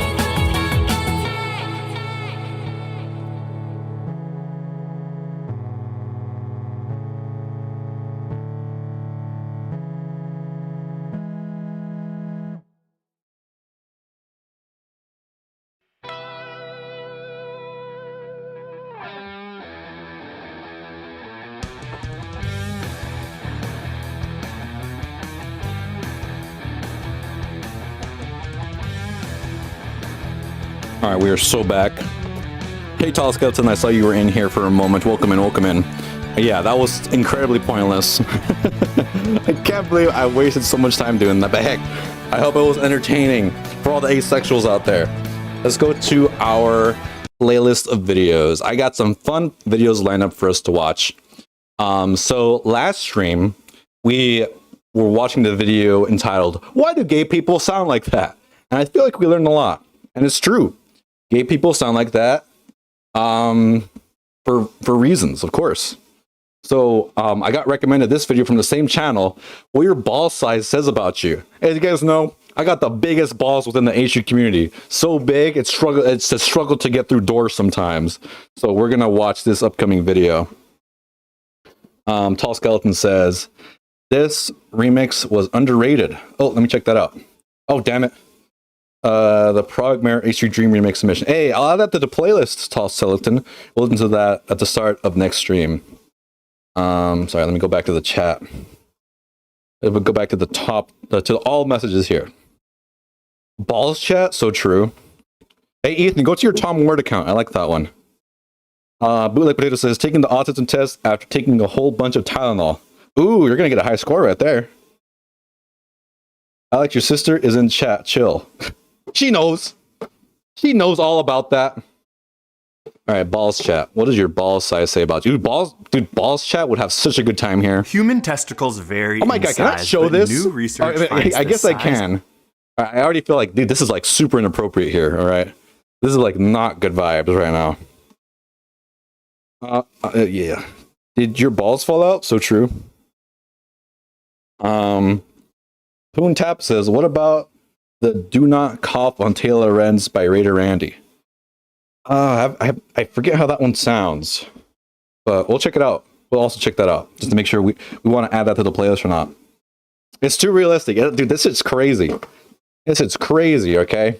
It's about the size of mine, honestly. And shape of your balls may explain more about you than you think. So today we are going to explain the shocking science behind human testes. Unlike Let me crank it up here. Let me crank it up. where the testicles are deep within the body cavity, us primates have ours hanging outside of us in a sack. And compared to dolphins, What? whose testicles I didn't even notice fucking elephants have their testicles inside themselves. That sounds way more helpful. Why the heck are ours hanging out? That's not cool at all, man. That just sounds dangerous. Play the video or no balls. I played it. It is hairy garlic. Oh, that's right. Hey, Meg, welcome in. Crazy paws screen tender. are huge and make up around 4% of their body weight. Wow. The equivalent of human testicles weighing roughly 9.9 pounds or 3 kilograms. You might think in general ours are Hey, small, but that's how much mine weigh. 9.9 pounds. That's right. Too many ball shadows. So true. to understand more about our human testicle size and how your junk stacks up, we shouldn't be looking at other species like dolphins, but at our fellow primates. Relative to body weight, the human testicle is triple the size of a gorilla, but Take 1/5 that, that of a gorillas. chimpanzee. Oh, shit. The variation in testicle size amongst primates has to do with two scientific concepts: pre-mating and post-mating sexual selection. Pre-mating sexual selection in primates involves badges of status. These are physical traits that signal Let's see, my pre-mating and post-mating rituals, they're both the size of my ball. Sorry. social dominance and the potential for male reproductive success. Essentially, badges of status are physical appearances that help male primates get laid. Examples include the larger noses of the proboscis monkeys. The larger the nose, the more likely to get laid. That's how it works for me too. The larger my balls, the more likely I'm gonna get laid. That's right. Other examples include the redder the patch I'm sorry you have to watch this stream, Arya. This is what I do, okay? I say stupid shit on stream. of the Galades, or the larger the cheek flanges of orangutans. Some studies indicate that the thickness of beards in Homo sapiens could be a pre-mating badge of status. Hey, dude, why the fuck are you flexing on me? They had the dude with the biggest beard say that, okay? Mine's not that big. Mine's not that small, okay? Mine's fine. We're doing good in that department, I think. This is my badge of status, y'all. Is it working? Okay, get off my screen though. We get Post-mating it. sexual Okay. selection has to do with the sexual selection that happens after the primates have gotten laid. For example, the quality and amount of sperm production happening within the testicles themselves. Male success Wouldn't that be during mating, not post-mating? Jade says, most mammals' balls are inside their body. The inside balls are called ovaries, lol, bro. Balls and ovaries are the glands, and balls need to be at a certain temp. No, Jade, you missed the first part. They said the male elephant's testicles are inside themselves. Arya says, I'm watching this in front of my lasagna. Ooh, that sounds delicious. Thank you for the $6.90. Arya, you don't gotta donate to my stream, dog. I really appreciate it. Okay, you don't got to, but thank you so much. I'm sorry to your lasagna. Oh, lasagna, that sounds delicious. Yummer doodles, says Jules. So true, Queen. relies on a combo of pre-mating success and post-mating success. What is fascinating is that research has found the showier the badge of status, the smaller the testicles. AKA large flange, small balls. Large nose, small balls. Redder the patch, smaller the testes. Being able to grow a beard, This led researchers to do more studies, including one on howler monkeys. And again, it was found howler monkeys with the most developed thyroid and larynx, aka the ones who could broadcast the loudest low formant frequency vocalizations used to attract mates, had the smallest bulb. That's hilarious. So the louder people are, the smaller their balls are, is all I'm going to be thinking now, based on this one ASAP Science video. I guess that's why I can't scream. I guess that's why I talk so softly in my videos. My balls are just too big, you guys. It's hard to scream when you got balls this big. And even study on human male testicles found correlations to voice pitch. Men with lower, more attractive sounding voices tended to have lower sperm counts. So what is happening here? It's most likely due to the evolutionary trade-offs between pre-mating and post-mating sexual selection, aka the energy needed to maintain these. Why the fuck would you want those pre-mating things, dude? Give me the big balls. Screw all those other things. Just Give me the big balls, dog. Dylan says Postmates. So true. It was named after they named their company after this video. Jade Siren says a temperature controlled balls. Yes, some mammals don't. Elephants are rare. Let's see. Take my money. Thank you, Arya. Gladly. Someone remind me to cancel that fucking autism thing later. These physical badges of status versus the energy needed to maintain testes mass. It's been found that the larger the testicles, the more sperm produced. And this has been well established. Oh, I guess that's why I produce buckets of... I'm sorry. That's disgusting. Let's continue. In human males too. Men with larger testicles generally produce more. Hey, Jar-headed Devil Dog, thank you for the 3 months. What will we name our sub-baby? What? Our sub-baby? What do you mean by that? Cancel it now, says Tom56. Chill, alright, chill. We're in the middle of something here. What will we name our sub-baby? I have no idea what that means, but thank you so much. More sperm. And that's likely due to the simple fact that larger testicles contain more seminiferous tubules, which is the sperm producing tissue. In the animal kingdom. That's right. My seminiferous tubules are crazy, you guys. Okay, I had someone down there a few weeks ago. They're like, damn, man, you got tons of seminiferal tubules. I'm like, these are the most seminiferous tubules I've ever seen in my goddamn life. I'm like, thanks. I know, right? It's crazy down there. The males that invest increased energy into badges of status have more access to females, therefore decreasing their need to invest in testicular size because there's less sperm competition between males. The big nose gets them laid, so they don't need bigger balls to produce more sperm. So, increased investment by males into badges of status decreases sperm. Dude, that's horrible. Okay. Like I said, give me the big balls. Alright, I don't need the big nose. I wish, like, you know, when you were born, it was like a character creation. And you have stats to put in certain areas. My stats for my nose would be 0. My stats for my balls would be 100. Sperm competition, which then relaxes the selection pressure of sperm production, ultimately decreasing ball size. Make sense? Extrapolating to humans here, maybe men who can grow the thicker beards do have the smaller crown jewels. There is no adequate studies on this, but one survey and study found men with larger testes spent less time doing childcare, less time changing diapers, and less time looking after their family compared to men. Dude, that is poggers as fuck. All right. I didn't know that if I had big balls, I just had the ticket to be a total douchebag. And if my partner complains, hey, how come you don't take care of the family? I could be all like, girl, I got big balls. You know what you were signing up for. You didn't watch that ASAP science video? Idiot. A Jarhead Devil Dog says, in 9 months, I'll be having a baby because I subbed to you. No, that's not true. We are, my community is known as the asexuals. If anything, you'll be losing kids by being subbed to my channel. That's right.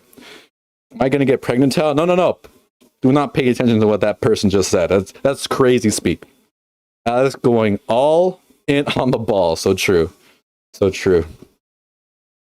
And with smaller balls. Small balls equals better fathers. This does kind of link to other studies on primates. These find gorillas and colobos monkeys have smaller balls because they are more likely to mate exclusively. Whereas apes who have sex with lots of partners, like macaques, have larger balls due to sperm competition. Maybe the men with big balls are bad dads because they're less likely to want to be monogamous and are therefore less caring towards their family. That is an insane connection. I was not thinking ASAP Science would go here with the balls chat. That is crazy, dog. Celius Crucerino says, I've had 6 abortions since I subbed to this channel. So true. Me too, Doggeroony. Me too.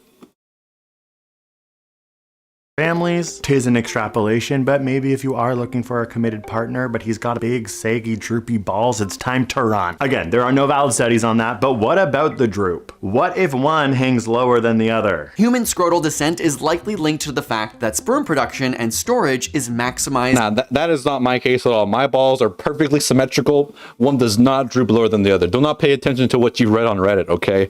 My balls are perfect. I've been told so many times. I give many testimonies that I can show you. Okay, I have letters of recommendation on that. at cooler temperatures. It's why the skin on our scrotal sac is so thin, and why the arteries that supply blood to the scrotum are right beside the veins, another cooling and heating exchange mechanism to keep the balls cooler. In general, scrotal temperature is 2.5 to 3 degrees Celsius lower than body temperature, which is most efficient for the creation of sperm. It's also why when it's cold outside, the scrotum shrinks and pulls closer to the body to use its warmth and keep— maybe your little balls do that. Mine stay consistent year round. In fact, if it gets colder, my balls actually get bigger, okay? I've been told so many times. Who is posting about your balls on Reddit? It's called Leftovers H3, dog. Okay? Those guys have been after my balls since I started making content. The testicles at the correct temperature. There are muscles called cremasteric muscles, which serve to retract when it's cold and relax when it's warm to regulate that temperature. The interesting thing is that each testicle moves in its own orbit as a way of maximizing the available scrotal surface. Andrew said, send a long chat. I think it's because their balls get sucked into jet engines easier. They don't have a chance to raise their kids. That's right. I'm always getting nervous whenever I walk by a plane. I'm like, oh God, I hope my balls don't get sucked up. Cooling. So for this reason, there's a lot of lopsidedness in the balls as the testicles try to cool themselves independently. Also, the sac will tighten and the balls will move closer to the body upon arousal, likely to help the sperm warm up and prepare for ejaculation into the warm vagina. But it also has— I've not noticed that. Not noticed that at all. But it'll give me something to think about. That's right. another added evolutionary advantage, keeping the sac and the balls closer to the body during the vigorous thrusting of sex as to not damage or hurt them. And as for the shout out to the balls, dude. Keeping it together. That's very smart. The balls are so smart. We're gonna just tighten up so we don't fucking flop around like a game of Gnip Gnop. Okay, we're not gonna hurt ourselves by trying to reproduce. Good job, balls. I'm really proud of you. Of the ball sack, this will vary from one man to another. Just like some people have different sized hands, some people have different sized spermatic cords, or a scrotum with more surface area and looser volume, okay? This can sometimes lead to a droopier default position. I don't know what else to tell you, except that one thing is for certain: everyone will age and the skin will lose elasticity and collagen throughout your body. So yes, as you age, your balls will become droopier. That's an exciting thing to look forward to. Enjoy, y'all. And if you've ever noticed that one ball is larger than the other, that's completely normal too. In fact, for most men, the right testicle is... Let's see, Jade says, it's like feet and boobs, muscle structure, tissues, temperature control, torsion use, etc. They're pretty interesting nerve-wise. You know what? It reminds me of a story where Ethan said he knew a guy whose balls got twisted into a knot. I wonder if that could be possible with boobs. With boobs too. Hey, Aria, thank you for becoming a member of the supporter. Thank you so much. I really appreciate you. Slightly larger than the left, whereas the left testicle is more likely to hang. Adi says, I sent the hamster slow-mo running video in mod chat the other day. I don't remember that.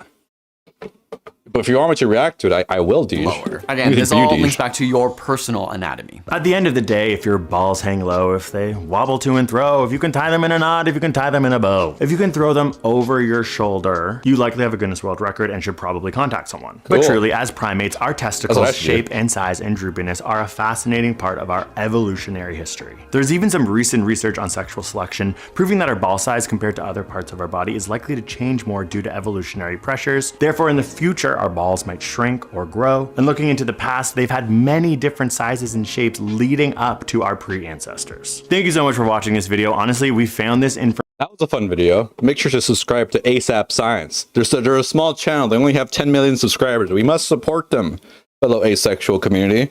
We must support them. Dee says, I'll DM you it. Semi-related to current video. Okay, if I see it within the next 10 seconds, I will react to it. Gonna take a swig of water. Ari said the ball stream really did it for me. Subscribed. I knew I'd get you with the balls talk. I knew it. But I do kind of like I like these ASAP Science videos. I think I'm gonna do like a streamly react to one of the videos. They got a lot of good stuff on here. Yeah. So we got a bunch of other videos lined up for today. Coming up next, how to message girls online, 90s tutorial. I like the first one we watched of this, but I also want to watch the when poker players lose to royal flush. And this poker talk is very much, you know, a hot topic in the A Street community. All right, D sent me a video. Let's check it out. I'm gonna be leaking our DMs, okay? Oh, D, I swear to God, if this music gets me claimed, all right, you're done. You're done in this community, all right? I swear to God, Deej. If you haven't seen hamsters running in slow motion, let's check it out. Oh, look at him go! Look at him go!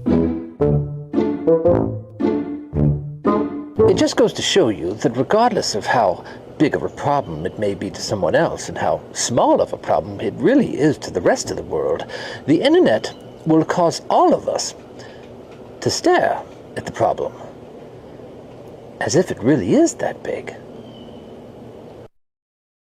All right, I wasn't paying attention to what the dude was saying, but it was fun. Yeah, I'm sorry, I'm level 3 autistic, okay? I wasn't paying attention. But yeah, it was really fun watching the hamster run in slow motion. That was great. Thank you so much. Alrighty, coming up next, let's see how to message girls online in this 90s tutorial. Welcome to Dude, they got me so good. Okay, spoiler, these aren't real, alright? These are filmed like in the modern era. But the attention to detail, making the 4:3 aspect ratio, hilarious. Hilarious. Jade Siren says you can stop hiccups by pushing on that or both sides simultaneously. You know what? In 2020, as COVID numbers were rising, I heard some crazy shit from some people in my goddamn engineering classes. They're like, hey, if you have COVID, all you gotta do is drink salt water upside down. I'm like, girl, we are in the upper level divisions engineering courses, and that's what you think is gonna solve your COVID? That's ridiculous.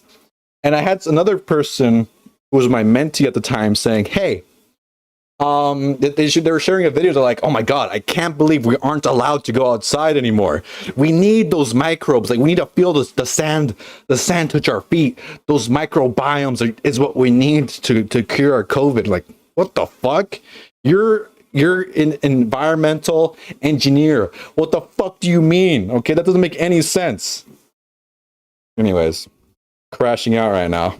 Let's check out this tutorial. The Wide World of Web, a tutorial series to help you master the internet. I'm your host, Smithers O'Neill, and on today's episode, we're going to learn how to chat with women online. This here is Penelope. That was. You see how slowly he turned around? That was great.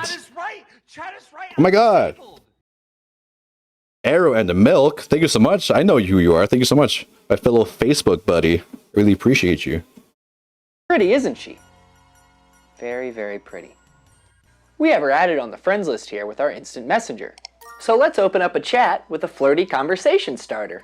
A good example of this can be... I'll give you one. Sup ho. You want to do it or not? 8 sex location? Let me know. Okay, well, shit, am I going to get... Oh, God damn it. The stream's going to get taken down now, probably. Shit, I got to chill. I got to chill on the spicy talk. All right. Because it's so sensitive when I'm trying to be silly or goofy, as I'm reacting to a video, it's going to trigger some sort of censor. Like, oh no, Alex said something problematic. Now we got to take down the stream. All right. But everyone just cross your fingers. Cross your fucking fingers, okay? A nice compliment.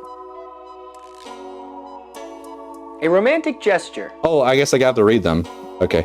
The nice compliment. Your smile lights me up like a beautiful ray of sunshine. That's cool. Dude, I'm gonna hit up my girl tonight with that one and see how she feels about that.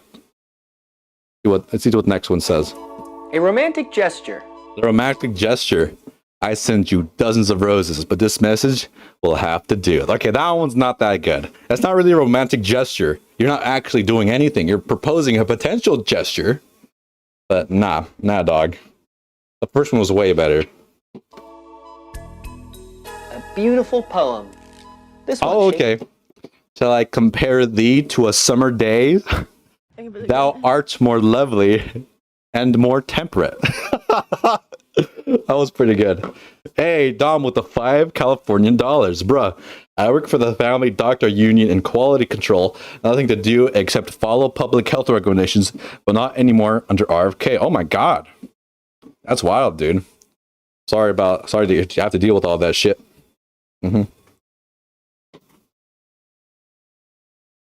My coworker has given my company COVID 5 times, says Arya.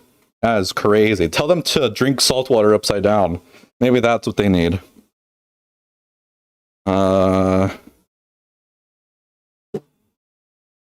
Hey, Katapi, welcome in, good sir. That one's a banger too. This one's way better. I'm gonna read that again. Shall I compare thee to a summer's day? Thou art more lovely and more temperate. I gotta send that to somebody. Who should I send that to? I don't know, man. That'd be so crazy to send that to anyone. Shakespeare. Or a silly joke. A flirty joke, okay. Excuse me, ma'am. Are you providing an internet service? Because I'm feeling a connection. And I like the poetry one better. That one was funny. What do you mean quality control? That's what QC stands for. That's what QC stands for. Spell it out next time, okay, lazy? Why are you hitting me with these acronyms? Alex, you know that's Shakespearean quote, right? It is? Oh, fantastic. That is a fantastic quote. Shout out Shakespeare. The first flirter right there. Man with a sense of humor. Sometimes I even make myself chuckle. Let's send all of these examples to her. That way we communicate how special. Oh my god, you sent them all? That is crazy, dude. One of them's gotta work. That's right. You sent them all, dude. That's crazy. Really is. Oh, and here's what guys do on dating apps. If they find a good line, copy and paste that shit till the fucking horse turns to glue, okay? That's at least that's how I feel like guys do on dating apps. I'm not like other guys. Every message was unique and tailored specifically for a person's profile. That's right. I'm just that suave. Penelope won't be able to resist me now. She replied already. Looks like Big Daddy Smithers has still got it. Penelope claims to be in a relationship. Okay, I know what to do. Just call her a slut. Like, what would a guy do in this situation? Like a total douchebag. Be like, hey, a boyfriend ain't married. Let's fuck. We proceed. A. Respectfully exit the conversation. B. Call her boyfriend a closeted homosexual. There we go. C. Seduce her like the bad boy you really are. Yes. Boyfriend my butt. Or do what you did last time and do all three, bro. This is clearly a case of playing hard to get. Option C it is. Unlike your boyfriend, I would crawl through broken glass just hard through a telephone. Nice. Bet you my favorite. Suave as fuck. Doggeroonies. Dom says you'll have to deal with quality control and good luck, if you know what I mean. So true. D, all of the above. You got him, D. That's right. Spade Boy says, I ain't reading all that. D. You just go crazy. Just go crazy on those dating apps, guys. Just say the first thing that comes to mind. Okay? Just go crazy in those. Alex, you know... Oh, okay, I already read that one. Just do what I did and propose. Okay, immediately propose. I have a boyfriend. Propose right away. Gotta take him. Favorite cum sock will be having intercourse in no time. She's laughing. This is good. Now that We're things are so heating in. up, let's ask her out. I've had this happen before. I've talked to someone who said they replied with an LOL to a guy that was pursuing them, and the guy took it as, "Oh, she likes me." Not like the LOL can mean so many different things, you guys. Hey, don't take it too literal when a girl sends this. Sometimes they don't know what to say. And the LOL is the only thing that they reply with. Katapi says, Women love the imagery of crawling through glass. That's right. That's right. That's how I got Jules. That's so true. Let's continue. Out and get her excited with a seductive photo. This gives her something to look forward to on our date. Dude, and show her I support safe intercourse. The censored? Since I'm wearing a condom in the photo. Huh. Pathetic. You're Seems disgusting. Like she's, oh my god. In a bad mood. Women can be very emotional. After we had this soul-crushing response to our list of rejections, how should we proceed? A. Log off and cry yourself to sleep. B. Explain that her incorrect use of your is far more disgusting than your exposed genitalia. C. Apologize. C is the noble path to take. Explain that her innocent use of your. Oh, okay. She got the your wrong. Untrustworthy. Untrustworthy there. You're a dumb whore. You're. Oh no! She's left the chat. But we're not giving up. Dude. Why are you guys like that? We've seen people like share their DMs with like creepy dudes online where they're flirty. They're like, oh my god, you're so hot. Why won't you respond to me, slut? You're a fucking whore anyway. Then a month passes by. Girl, I'll do anything for that ass. I want to live in those farts. And then next, okay, bitch. No, don't reply to me. You know, I don't know why guys go crazy, dude. It is crazy that they do be saying stuff like that. Just yet. We'll just have to get a little bit more creative. Now, if you'll excuse me, I've got some work to do. Say goodbye to Smithers O'Neill and hello to Henrik von Hammerschmidt. He's a 6'5" Swedish CEO of a successful logging business. Looks like Thor. In addition to being rich and hyper-masculine, Henrik also has a soft side, being quite the romantic. Remember, when being yourself doesn't work out, pretending to be somebody better will. Now let's message Penelope as the mighty Swede. Hello, how are you, beautiful? Let's see if she claims to have a boyfriend now. Just getting back from... Huh. Seems Penelope was She's a telling lying the truth after all. slut. What should we do about this? A. Run into a brick wall. B. Vent to your online friends that all the big booty bitches are taken and you want to run into a brick wall. C. Become Penelope's close online friend. Well, we could always use a new friend to chat with. Yay! First, we'll establish rapport by also being in a relationship, paving the way for a flourishing online You were nice. friendship. Tell me about you. Turns out, we have a lot in common. As we chat throughout the weeks, we'll tell each other everything. Henrik is very sexually open. Oh my god. Much more so than her boyfriend since college, Fernando. He will eventually pick up on our long chats, growing jealous and insecure. Henrik the Hammer will dominate his feeble ego. So when things get a little too close for comfort, we'll take a step. Oh my god, he's social engineering her to break up with her partner, man. That's crazy. Oh my god, I caught Fernando stalking your page last night. We must take time away. Oh my god. That's wild. I love romance evening with my woman. That was crazy. The long game, that's right. That's right. You gotta get in there, dude. Jade says, my friend Emir is a horror movie producer and his zombie show won an award for several penis prop. So I used a picture of it from the film festival. Awesome. That's great. I love that for you.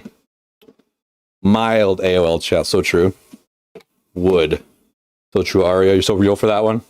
Step back, allowing her to spend some quality time with her obsessive, controlling boyfriend. She will miss his musings on love in broken English. Wait, what the fuck? What the fuck happened?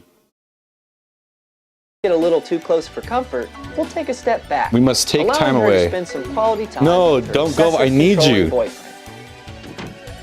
Oh my god. Henrik the Hammer. Dude, that's crazy. She will miss his musings on love in broken English. True love is strong, like a big oak tree. His open dialogue on When I intimacy. climax, I howl with my might. Eventually, she will come crawling It's been a while. I had to end things with Fernando? No! back newly single, seeking support.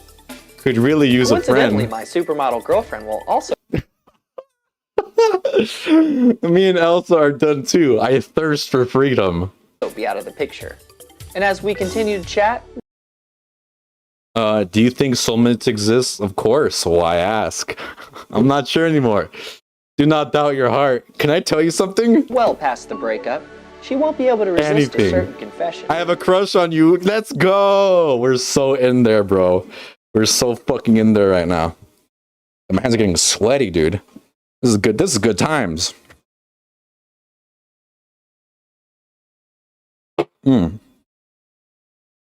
Every partner I've ever had, I've emotionally manipulated them to break up with their current partner to date me. That's right. This is the most accurate dating tutorial I've ever seen, dog. It's so true. And I have a crush boom! on you. We got her, dude. After only 6 months Hook, of line, chatting, and the moment sinker. we've been waiting for is finally here. We can either A, admit the same feelings, or B, admit the truth. It's been fun. No, but dude, I can't you're keep up too this deep into facade this. Any longer. You're too It's deep time into to this. tell her how I No, truly feel. no. All right, dude, you're gonna be like, that's what you get, you dumb whore. That's what you get for not wanting to date me in the first place. Andrew says, dude, I pretended to be a hot lady to random adults all the time when I was a kid. Dude, honestly, when I was like 6, my older brother used to use this thing called like Party Line. It's like this phone number you'd call, and it'd be like a group chat of a bunch of different people, and he'd be like, "Hey, Alex, talk like a girl." This guy, I think he just wanted to rile up or get the guys on the other end to say something funny. So I definitely understand that feeling. Jade dropping deep lore. Jade says 96, 97 was pretty nuts back then. He went by Wolf. He was like 50 something. Oh shit, I'm missing this whole lore. When I was like 15, 16, I had a website for my poetry, like all weird metal girls in the 90s. And the guy who programmed my website was a retired NASA guy in Florida who also made Sailor Moon porn. Oh, fantastic. That's great. Andrew says, now call her a slur and log off. Right. We're so in, says Arya. That's right. Is he gonna drop the ball on this one? No, he's in there. He got this. He's got this. Let's see how he does it. Those were hookup lines in my 20s. This is Jade. In times like these, inspiration can be found anywhere. Oh, make sure we have proper grammar. Let's see. Oof. Pathetic. You're just... Got him. Poor Penelope. As someone who's been told the exact Holy same thing, shit. I know that's gotta sting. Oh my god. Don't worry about her leaving. The wide world of web is brimming with other fish in the sea. Women waiting to be swept off their virtual feet. Taken for a cruise down the information superhighway. Or falling into a pixel-perfect romance. Oh my god.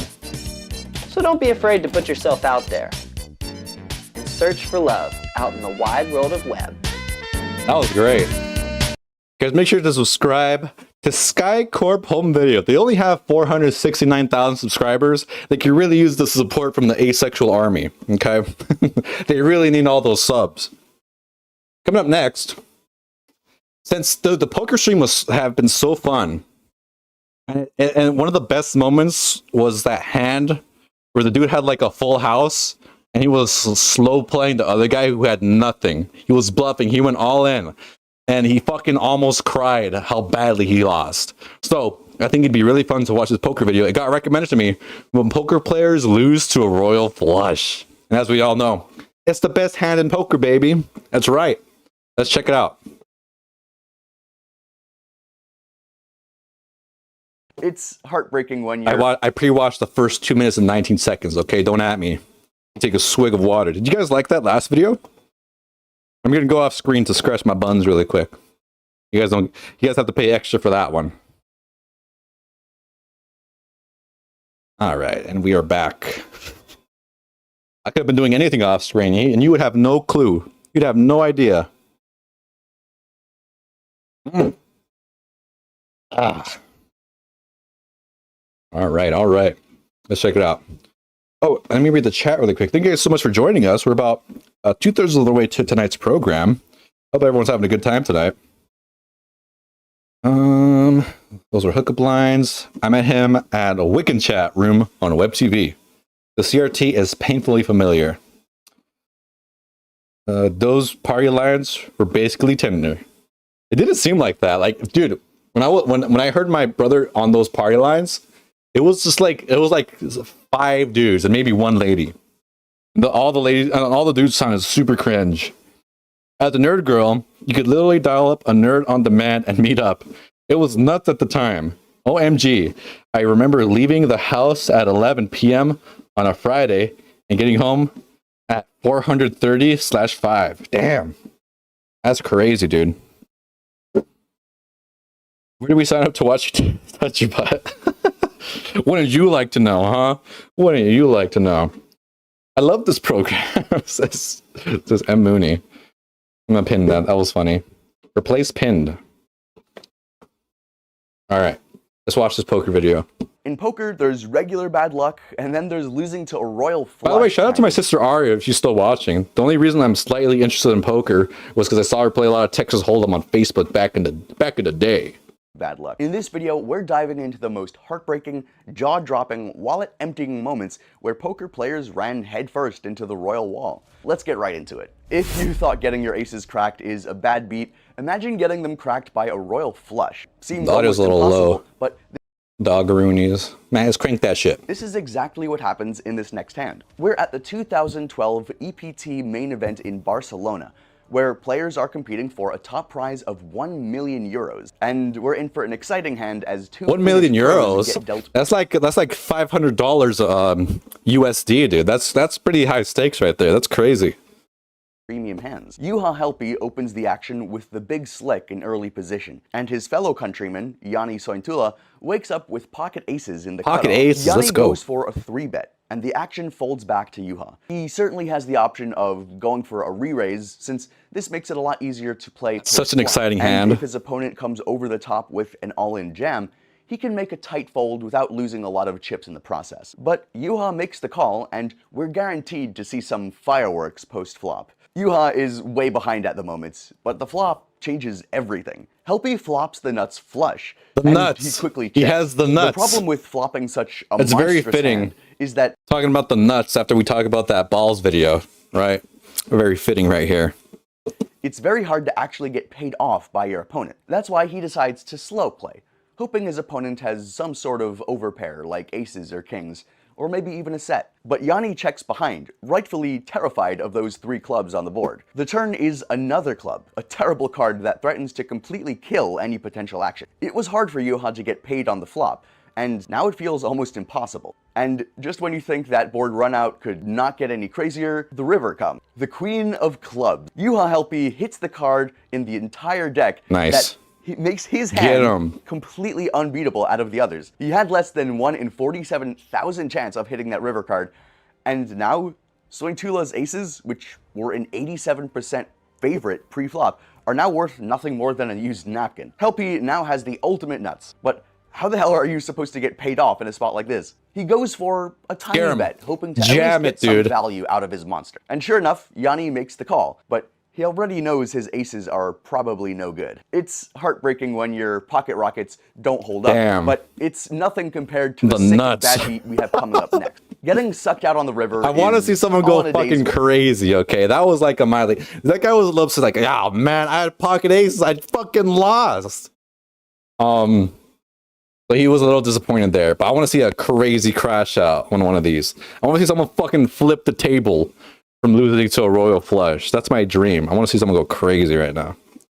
My old ass dad just told me he took mushrooms and they're starting to kick in. Oh no! Spooky times.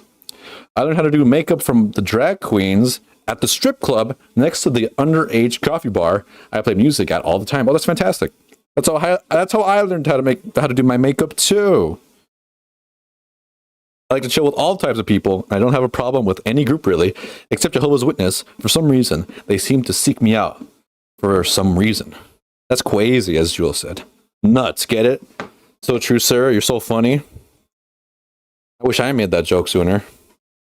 Keep watching. Work for a poker player. But this next hand is absolutely filthy. We're at the 2016 Caribbean Poker Adventure main event, where 928 players each brought in for $5,300.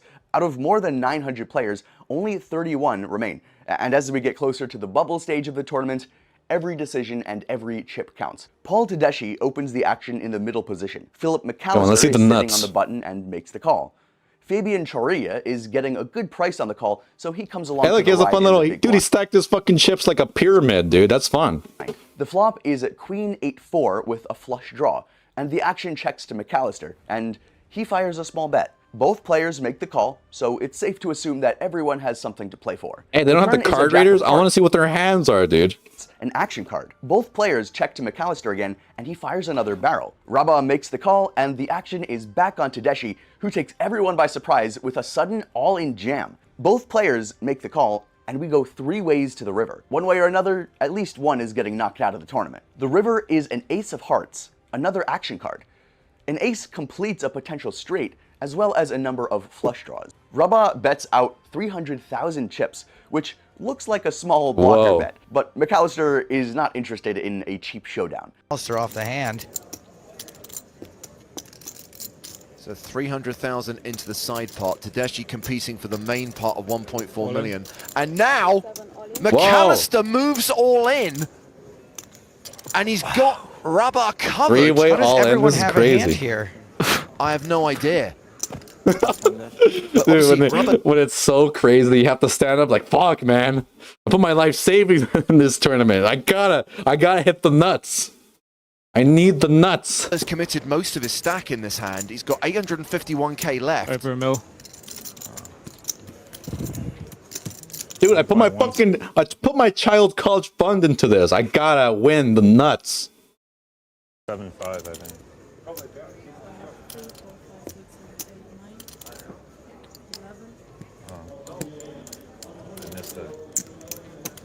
This is agonizing, dude. This is agonizing. What is... What hand does he think that they could be chopping with? King 10, right? Yeah. I mean, there's only... That's crazy. They don't have a card reading, so like even the announcers don't know. Like, I don't fucking know what he has. I don't fucking know. See how they could both have King 10, because the only King 10 that gets as far is King 10 of clubs. But it worked okay or for King me. 10 of hearts. Huh? It worked okay for me. No, I'm saying in this spot. Oh, in this pot I shouldn't speak? No, okay. Him. And that's true, oh, yeah. All right. Potato lover, welcome in, welcome in. Okay. Walk away with McAllister really shouldn't say anything. Tedeschi, technically this is not a heads-up pot. I don't know the poker etiquette. Obviously. It's not even really etiquette. This is a rule. It is a rule. This pot is officially multi-way with Tedeschi already all in. Now McAllister's all in. And if Rabah calls, he's all in. After tanking for 4 long minutes, Rabah makes a tough laydown, and we finally get to see the showdown. A set of queens for Tedeschi, and a runner royal flush for McAllister. Nice. It's an absolutely brutal result for the Frenchman, who he seems walked to do out. everything right. Like, but fuck. Sometimes poker is cruel. We're at the 2022 BetMGM Alright, Poker. that crash out was not, it was a little better than last time. We saw him like bite his fucking lip, like, fuck, man. I lost everything on that one. But the struggle there was mostly internal. Hello chat, says Potato Lover. Everyone's give love to Potato Lover. Jade says, like one time I was working for the housing authority, putting out water notifications for municipal maintenance work, and the Jehovah's Witness lady chased me with a sword for the next hour. Ooh, that's spooky times right there. The 90s sounded crazy, Jade. What did Sarah say? Ari says, wants to see someone go crazy. Still doesn't know Phil Helmut. Sorry, Aria. Sorry to disappoint you on that one, dog. Lots of water talk for a card game, so true. Is this run by Moses, perhaps? All right, let's keep watching here. Poker Championship main event in Las Vegas. And we're at the final table of the event, where Michael Wang gets dealt pocket queens on the button. An absolute... He goes for the open raise, and Joey Weissman is dealt two queens, man. That's the best hand in poker. Two queens offsuit doesn't get better than that. A couple of options here. He can go for a flat call and try to play some poker post-flop. But then he runs the risk of getting raised to the big blind. I'm gonna go read before sleep. Catch you later. I gotta do my my reading challenge too, dog. Hopefully tonight I can remember to read. I'm on the third Hunger Games book. Or I could be like that streamer and read for you guys at some point. Maybe not like halfway through the Hunger Games Part 3, but it would be fun to read a little bit for you guys. Maybe 20 minutes per stream at the end. That'd be good times, I think. Let's continue. Big blind can also flat call behind him, meaning he would be playing the pot out of position against two players. Alternatively, he could go for a 3-bet himself and try to take down the pot right away. Go all in, dude. Wiseman, scare him. But instead of going for a standard bet sizing, he just rips it all right away. I'm not really a fan of this option, as Michael Wang has his stack completely covered. Also, 3-bet jamming allows Wang to simply get away from his weaker hands and only call with hands that are in good shape against Joey's 3-betting range. Of course, Wang snaps him off instantly. Pocket Queens looks to be in pretty good shape here, but Joey still has plenty of equity. What you're about to see next is one of the sickest board runouts in high-stakes poker history. The flop is King 10-7 Rainbow, and Joey can't help but chuckle. Oh, shit. He flopped an inside straight draw, but Michael is holding pocket queens, so he's blocking 2 out of his 4 outs. But then the turn card makes things a lot more interesting. The turn is a 10 of diamonds, and Wang gets a sick feeling in his stomach. Whoa. It's almost as if he knows what's about to happen Holy next. shit, And that means that Weissman is looking for an ace or a diamond. Lots of outs. Lots of outs. Diamonds royal. Well, the queen of diamonds would be a royal flush beating a full house. And it's the queen of diamonds! Oh. And it is the royal flush beating the full house! Welcome to GG. Crazy, dude. Tim could play for second place. Oh. What a life you The live. pain. Man. Look at how A happy he royal is. flush for Joey Weiss. Do you know when that fucking when that Queen of Diamonds came out, you know he fucking nutted super hard. Super hard. And Wang shriveled up like a dry grape. Rivering a royal flush is unlikely to say the least, but imagine getting it right away on the flop. Sounds almost impossible, but this is exactly what happens on our next. That's exciting. There are This two poker is so fun, you guys. Did you guys like that one? I know I did.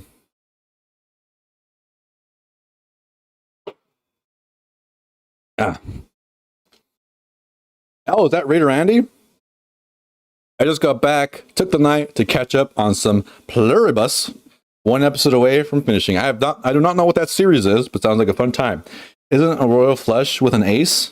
I think he did have an ace, right? Did he not? Isn't just a royal the royal flush? I don't know actually. Don't know. Don't you just need the face cards for the royal flush? I don't think you need an ace, right? King, queen, jack. And he did have an ace, regardless. And nobody knows this better than Tony G. Patrick Antonius opens the action with 10-9 of spades, and Tony makes the call with 10-9 of king spades? jack of diamonds. John That's the best hand in poker, dude. It's crazy. Wanda is dealt king-queen offsuit in the big blind, and he's getting a good on the call, so oh my god, he all joins these in on hands the are action. crazy. We go 3 ways to a flop, and Tony flops a royal flush. For reference, the chance of actually flopping a royal flush Holy is shit, only man. 0.00015. Look, he's fucking freaking out like, yo, dude. Yo, I got the best hand in poker. Dude, the percentages on that, oh my god. I would not be able to have a poker face. I'd be like, yes. Yes. You know, I've always thought like, what if in professional poker you could like fake a reaction to a hand? I don't know if that's against the rules. You'd be like, oh, you can do fucking anything. I feel like I don't know what the rules are. Raider Randy says, oh, the information graphic did show it, so on them. Oh, I see. Potato Lover says, I would love to listen to some reading. Oh, okay. Yeah, I'll try to line that up for you guys. I'd like to read Harry Potter. I've never read Harry Potter before.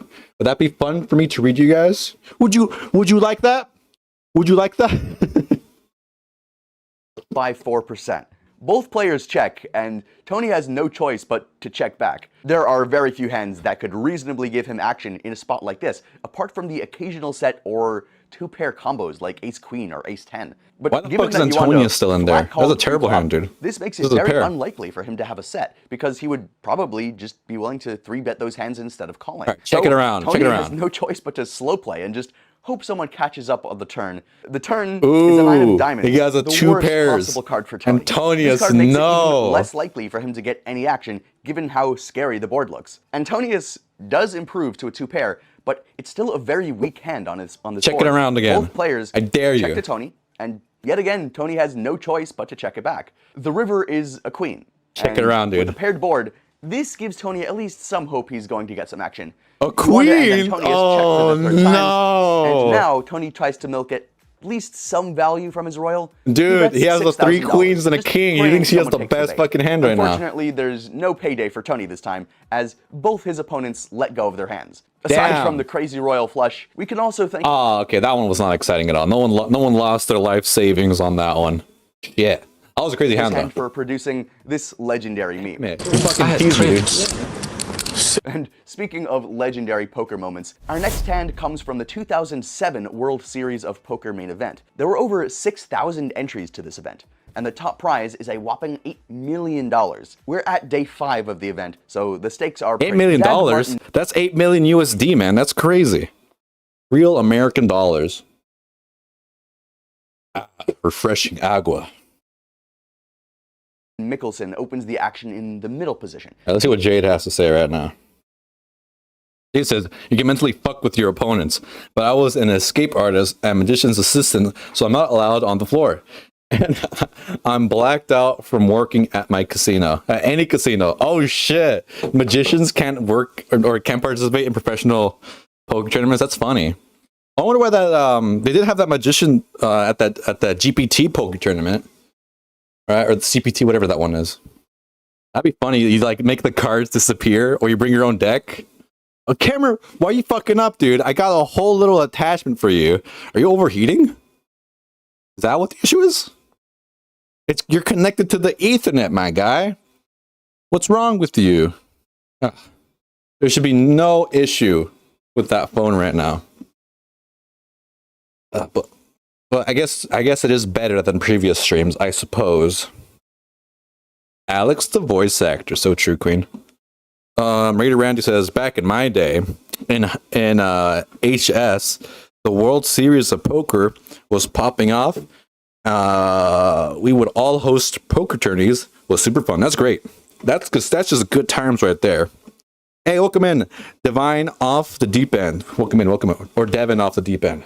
Welcome in. He's dealt ace king of diamonds, and he makes a standard open raise.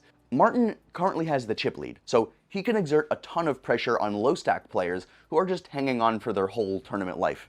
Among them is Chris Lovelace, who gets dealt pocket 8s. Chris goes for the 3-bet, pocket 8s, raising it up to 150,000. Dude, that's the pocket 8s offsuit. That's the best hand in poker. Let me open the window. It's getting kind of hot in here. Dude, this is so fun. I could take you guys anywhere in my room.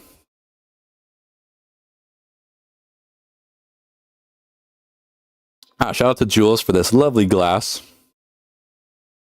Like the thickest glass I've ever seen.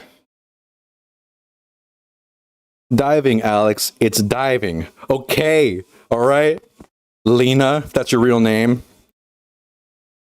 Chips. Quite the small 3-bet, especially when you consider the fact that he only has less than 400,000 chips total left in his whole stack. I think a better move would have been to move all in right away. This way he doesn't risk getting a bunch of callers, which would drastically reduce his chances of winning. But as played, oh shit, he went all in. Oh Mickelson, no, this is gonna go crazy, you guys. All in, and Chris makes a snap call. Chris is a slight favorite to win the hand, but we're basically looking at a coin flip here. The flop is Jack-Jack-10 with a diamond flush draw. Chris still has the best hand, but Martin is now a favorite to win due to the insane amount of outs that he has available. The turn is another diamond, giving Mickelson the nut flush. Lovelace is drawing almost completely dead Oh, with only 4 man. outs available. And just when you think Mickelson can't possibly get any luckier, the river card hits. Whoa. You may think that Oh, I mean, making a he royal had a flush 10% at the chance already to WSOP win. main event Okay, is a that wasn't that once-in-a-lifetime crazy. I want them to statistical like, anomaly, and I want the person without the royal flush to have like the lowest odds. Then he has his 1 out. And they all both go all in, and then the guy who lost to the royal flush flips the table. Hey Dom, thank you for the $2 Canadian. Don't try to replace David as the poker guy. Well, he's not. How? What do you? What do you mean? Like I'm just watching a silly video here, my dude.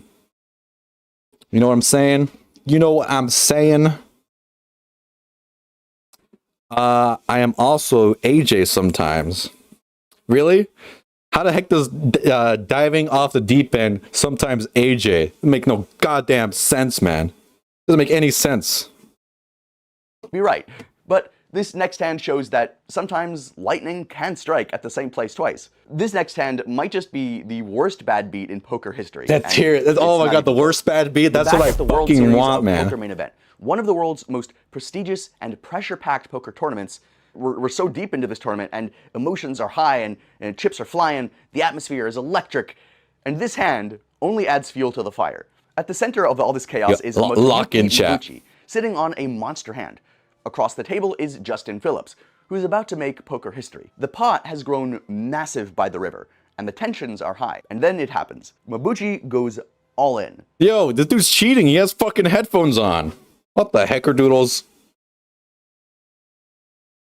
That's crazy. All right, let's see what Jade has to say.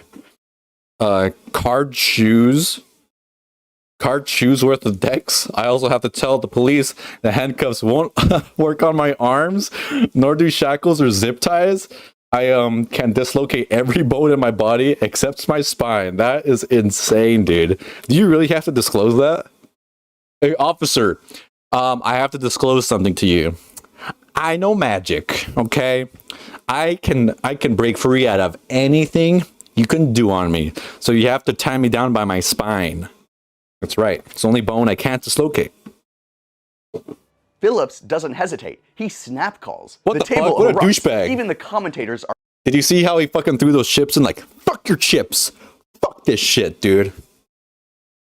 ...are stunned. But now, here's the question. Can you guess their hole cards? Phillips turns over a royal flush. Whoa. Mabuchi, quad aces. You gotta be kidding me. Whoa! Oh, dude, and that one was the dude that pushed it in too. That's embarrassing. He's like, yo, my quad aces? Fuck, man. What? Really? There are 2 aces on the board. Wow. Wow. Wow, that is crazy. Oh, Raider Randy sending out. I got top off, brother man. But thank you so fucking much on your help last night. You are a real one. Oh, anytime, Raider Randy. Love what you do. I love what you do, man. This is your last hand of the main event. What a way to hit the rail. Mabuchi had pocket aces, and Phillips had the only hand in poker that could beat him. And he hit it. The odds of hitting a royal flush are absolutely Oh, shake the hand. Shake hands. Oh, that's nice. All right, they shake hands, dude. Like, yeah, I won. The fucking announcers were feeding me information through my headphones the entire time, dude. Of course I won. Come on. I got cameras all over this place, dude. That's nuts. Why the fuck do you get to have little headphones on? Man, that was crazy. That was crazy.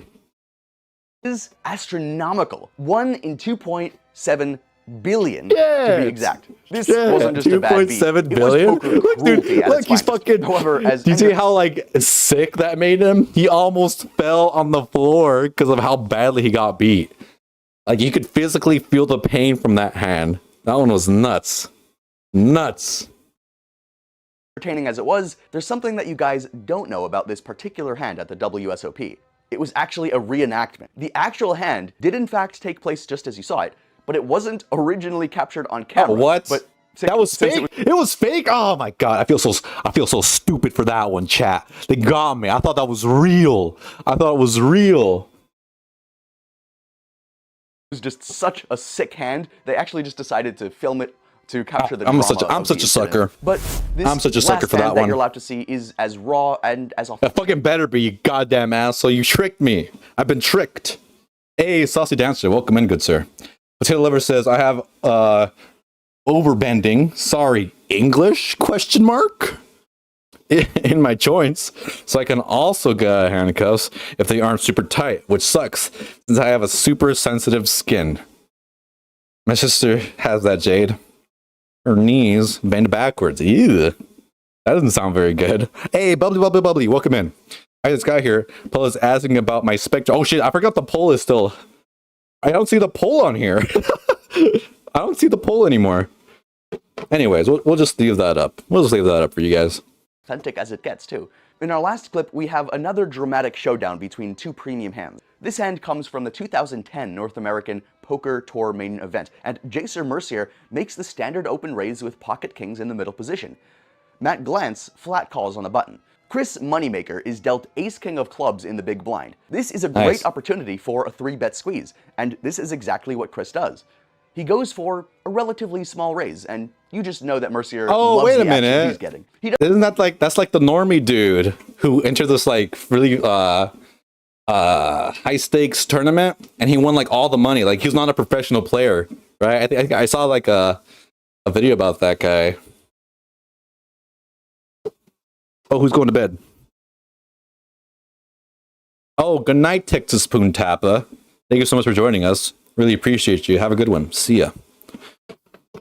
But yeah, that's the normie dude. He doesn't want to get tricky It's and famous. slow play here, though. So he just lets it rip, and he moves all in. Of course, though, Glantz quickly gets out of the way. Yeah, that and guy the looks action familiar. is back on Chris.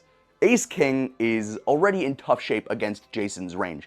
But when you're this deep in the tournament, sometimes you just have to roll the dice. Chris makes a reluctant call, but deep down, he probably already knows he's beat. Moneymaker looks like he's ready to pack his bags, but then something unbelievable happens. The flop is Jack 10-3, giving Chris both an inside straight draw and the nuts flush draw. This gives Chris a total of Dude, he doesn't even 15 know. outs. He doesn't even know, dude. He's walking around like, fuck, I'm such an idiot, dude. I could be spending time with my ex-wife and my kids. But I'm here playing poker right now, man. I'm about to get my ass beat handed to me. As any ace, any queen, or any club gives him the best hand. Mercier still has the best hand at the moment, but it's hanging on by a thread.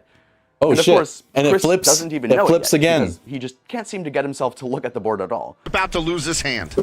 River card, queen of clubs. Are you kidding? A royal flush for Chris Moneymaker. If you're gonna win, that's how you win. No, you stay at the table and watch your fate. That's Nah, that was lame as hell, dude. That's very disappointing. how you win. Mercier takes it quiet. Dude, what a bitch. I'm sorry, but what the fuck was that? He's like, oh man, I'm gonna lose. I'm gonna walk away. That was a very disappointing to watch. Not cool. Not cool at all, dude. What a hand for Moneymaker. He sticks around by making a royal flush. Oh, look at him. He's distant down on the That was inside, an though. incredibly lucky hand for Moneymaker. But believe it or not, this is not the luckiest he's ever been at the poker table. Because in 2003, he pulled off one of the greatest tournament runs in poker history, winning we should millions watch in the that tournament process. run. That'd be a fun, like, if you guys fuck with the poker stuff, that would be kind of fun to watch. Hey, official dial tone, welcome in, welcome in. But yeah, that was that. Do you guys like cop videos? I've been watching Captain Quasar's stream, and Willow Amnesty posted this in the Papa Gut Discord. The terrifying transition from nice to nightmare. Or should we watch Idubbbz? All right, are we watching the Idubbbz video finally? The history and downfall of Idubbbz TV lolcow of the year? Okay, it's time for a new poll, okay? Because I don't know if we'll have time for both of these tonight. Or any of these. I usually end like around 10:30. So I'm so glad I have this microphone with me now. Let's set up a new Poll-a-rooney here.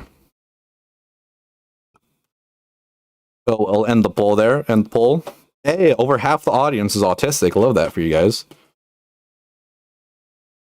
Oh, the chat's going crazy.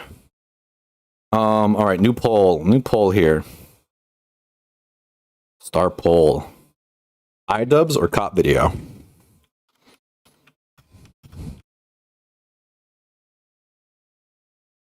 Oh shit, I'm stupid. Yeah, yes or no?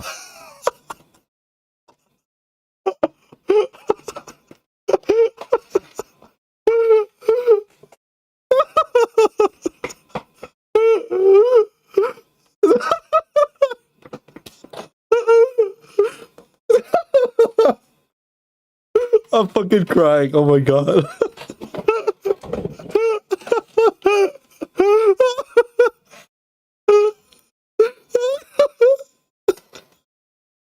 Oh my god, you guys.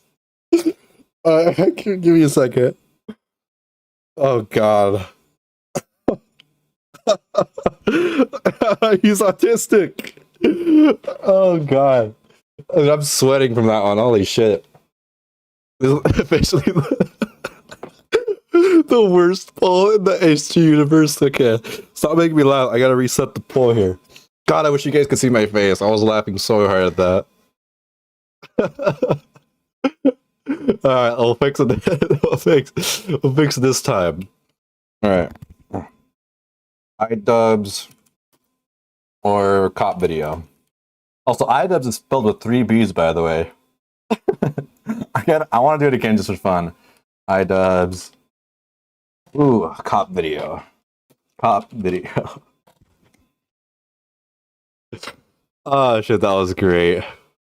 I'm so glad I think I captured. Oh no, the chat's probably covering that. Alright, Idubbbz or cop video? Gotta blow my nose. I'll blow my nose while you guys sink your teeth into that Rooney right there. You know, I might use the restroom too.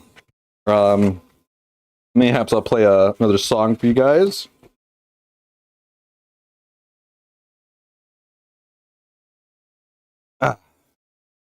I want to go like for the rest of the reaction without having to take a bathroom break. So let's play a video for you guys, and we'll continue the stream. 1 second, guys. 1 second. Enjoy the poll. Idubbbz is winning out. I'm actually been curious about that video too. Take it off my microphone so you don't hear me pee. But yeah, enjoy Leftover. You know what? Grimmer Shaking Fortnite from the Lawman, my homie. He gave me permission to react to any of his songs because he's the homie. God, AK subs is fantastic, bro. Fantastic. All right, be right back. Last night we let the Rizzler talk. Even Livy Dunn was getting rizzed up by Baby Gronk. He said that her yacht was some Ohio and Skibidi. Even Kai Cenat and I show speed hitting the gritty. A gram is shaking Fortnite. A gram is shaking Fortnite. A gram is shaking Fortnite. A gram is shaking Fortnite. Last night we let the Rizzler talk. Even Livy Dunn was getting rizzed up by Baby Gronk. He said that her yacht was so Ohio and Skibidi. Even Kai Cenat and I show speed hitting the gritty. A gram is shaking Fortnite. A gram is shaking Fortnite. A gram is shaking Fortnite. A gram is shaking Fortnite. Last night we let the Rizzler talk. Even Livy Dunn was getting rizzed up by Baby Gronk. He said that her yacht was so Ohio and Skibidi. Even Kai Cenat and I show speed hitting the gritty. A gram is shaking Fortnite. A gram is shaking Fortnite. A gram is shaking Fortnite. A gram is shaking Fortnite. A gram is shaking Fortnite. A gram is shaking Fortnite. A gram is shaking Fortnite. A gram is shaking Fortnite. Last night we let the Rizzler talk. Even Livy Dunn was getting rizzed up by Baby Gronk. He said that her yacht was so Ohio and Skibidi. Even Kai Cenat and I show speed hitting the gritty. A gram is shaking Fortnite. A gram is shaking Fortnite. A gram is shaking Oh, that song is such a banger, you guys. True classic. Shout outs to the Lawman for that one. All right, I think the poll said Idubbbz. Idubbbz was 68% of the vote. Congratulations. End poll. Sorry, Mooney. I think Mooney said that she wanted me to reset the poll because she didn't have access to it. I'm sorry. I'm not going to reset the poll for one person. All right, Mooney. I'm so sorry. I choose no in the yes/no poll. Bad poll. I'm sorry, Mooney. Boycotted. Space Mooney, I feel like you lying the house on that one. Redo poll? No. Okay, but the poll is one. You guys wanted Idubbbz anyway. We'll try to get to both. Worst case scenario, we'll watch the cop video at the start of the next stream. Okay. At the start of the next stream. You tap. Ian Kane Washburn first started his YouTube channel. I'm sorry, what do you mean you quit? Mooney Place. Everyone boycott Alex. I've seen that Code Blue Cam video. Oh, you have? Is it a good one? I have not seen it. I didn't know how much fun those cop videos were until I watched them on Captain Quasar's stream. You know, then I can make fun of him and I can say he stole it from my channel. I don't want Idubbbz. I'm sorry, Mooney. He's in the fucking thumbnail. He's in the thumbnail and the title. I gotta. Let's watch it. Channel in 2010 simply titled Idubbbz. He was originally a gaming-focused YouTube channel producing many videos such as Slenderman Gangnam Style. This would be regarded as his most you know, guys, cringy I'm already kind of bored here, okay? And he's getting the history wrong. It was cringy for a moment, but Idubbbz kind of reclaimed the whole Slenderman Gangnam Style thing. Redo poll, weights and fish. Why? The poll was fine. The poll was fine. What was wrong with the poll? I don't know what you guys want. Anyways, let's keep watching here. I'm already kind of disengaged with this video already. He already got the facts wrong. It was cringe maybe when he released it, but Idubbbz really took back the meme on that one, I think. But as we're going to see, it won't even be in the top 10 of his worst videos ever released. In 2012, he'd create Idubbbz TV to focus on non-gaming content, specifically starting with the series Kickstarter crap, where he would criticize bad Kickstarter projects in a crass and edgy demeanor that was played up for laughs. He created a new series called Bad Unboxing, where his fans would send him a whole bunch of wacky stuff and he'd comment. That was a fun video. I liked when they sent him trash in the mail and made him vomit. That was good. That was good YouTube right there. Alex just isn't the same since the yes no poll. The yes no poll of 26. Yo, the 20s were crazy. I can't wait for 2030, the year 2030. So you'll be like, yo man, the 20s were crazy. You guys remember the roaring 20s? That was crazy right there. Comment and joke about it with the edgy persona he developed. These videos did very well, but their popularity would pale in comparison to his flagship series, Content Cop. Content Cop is a video series where Ian chooses a controversial YouTuber known for their bad behavior. Isn't that Cameron F305's series? You stole it from him? That's crazy, dog. That's crazy. And bad content and harshly criticizes them, breaking down why they're wrong while providing entertaining skits and his crass, edgy persona. His first Content Cop was Jinx, a bad React video channel. Dude, the Jinx Content Cop was so important. Okay, and I wish Idubbbz kept the same mentality when it came to the Jinx level of reaction. Were you guys around YouTube when Jinx was popular? This motherfucker literally was in the corner. He would just laugh occasionally, and he wouldn't pause the video at all. He wouldn't add any transformative commentary, and he did this to every viral video that came out, man. He was a fucking menace. But nowadays, it's like the normal thing on Twitch to do that. And not just to YouTube videos, they watch it to like network reality TV shows, dude.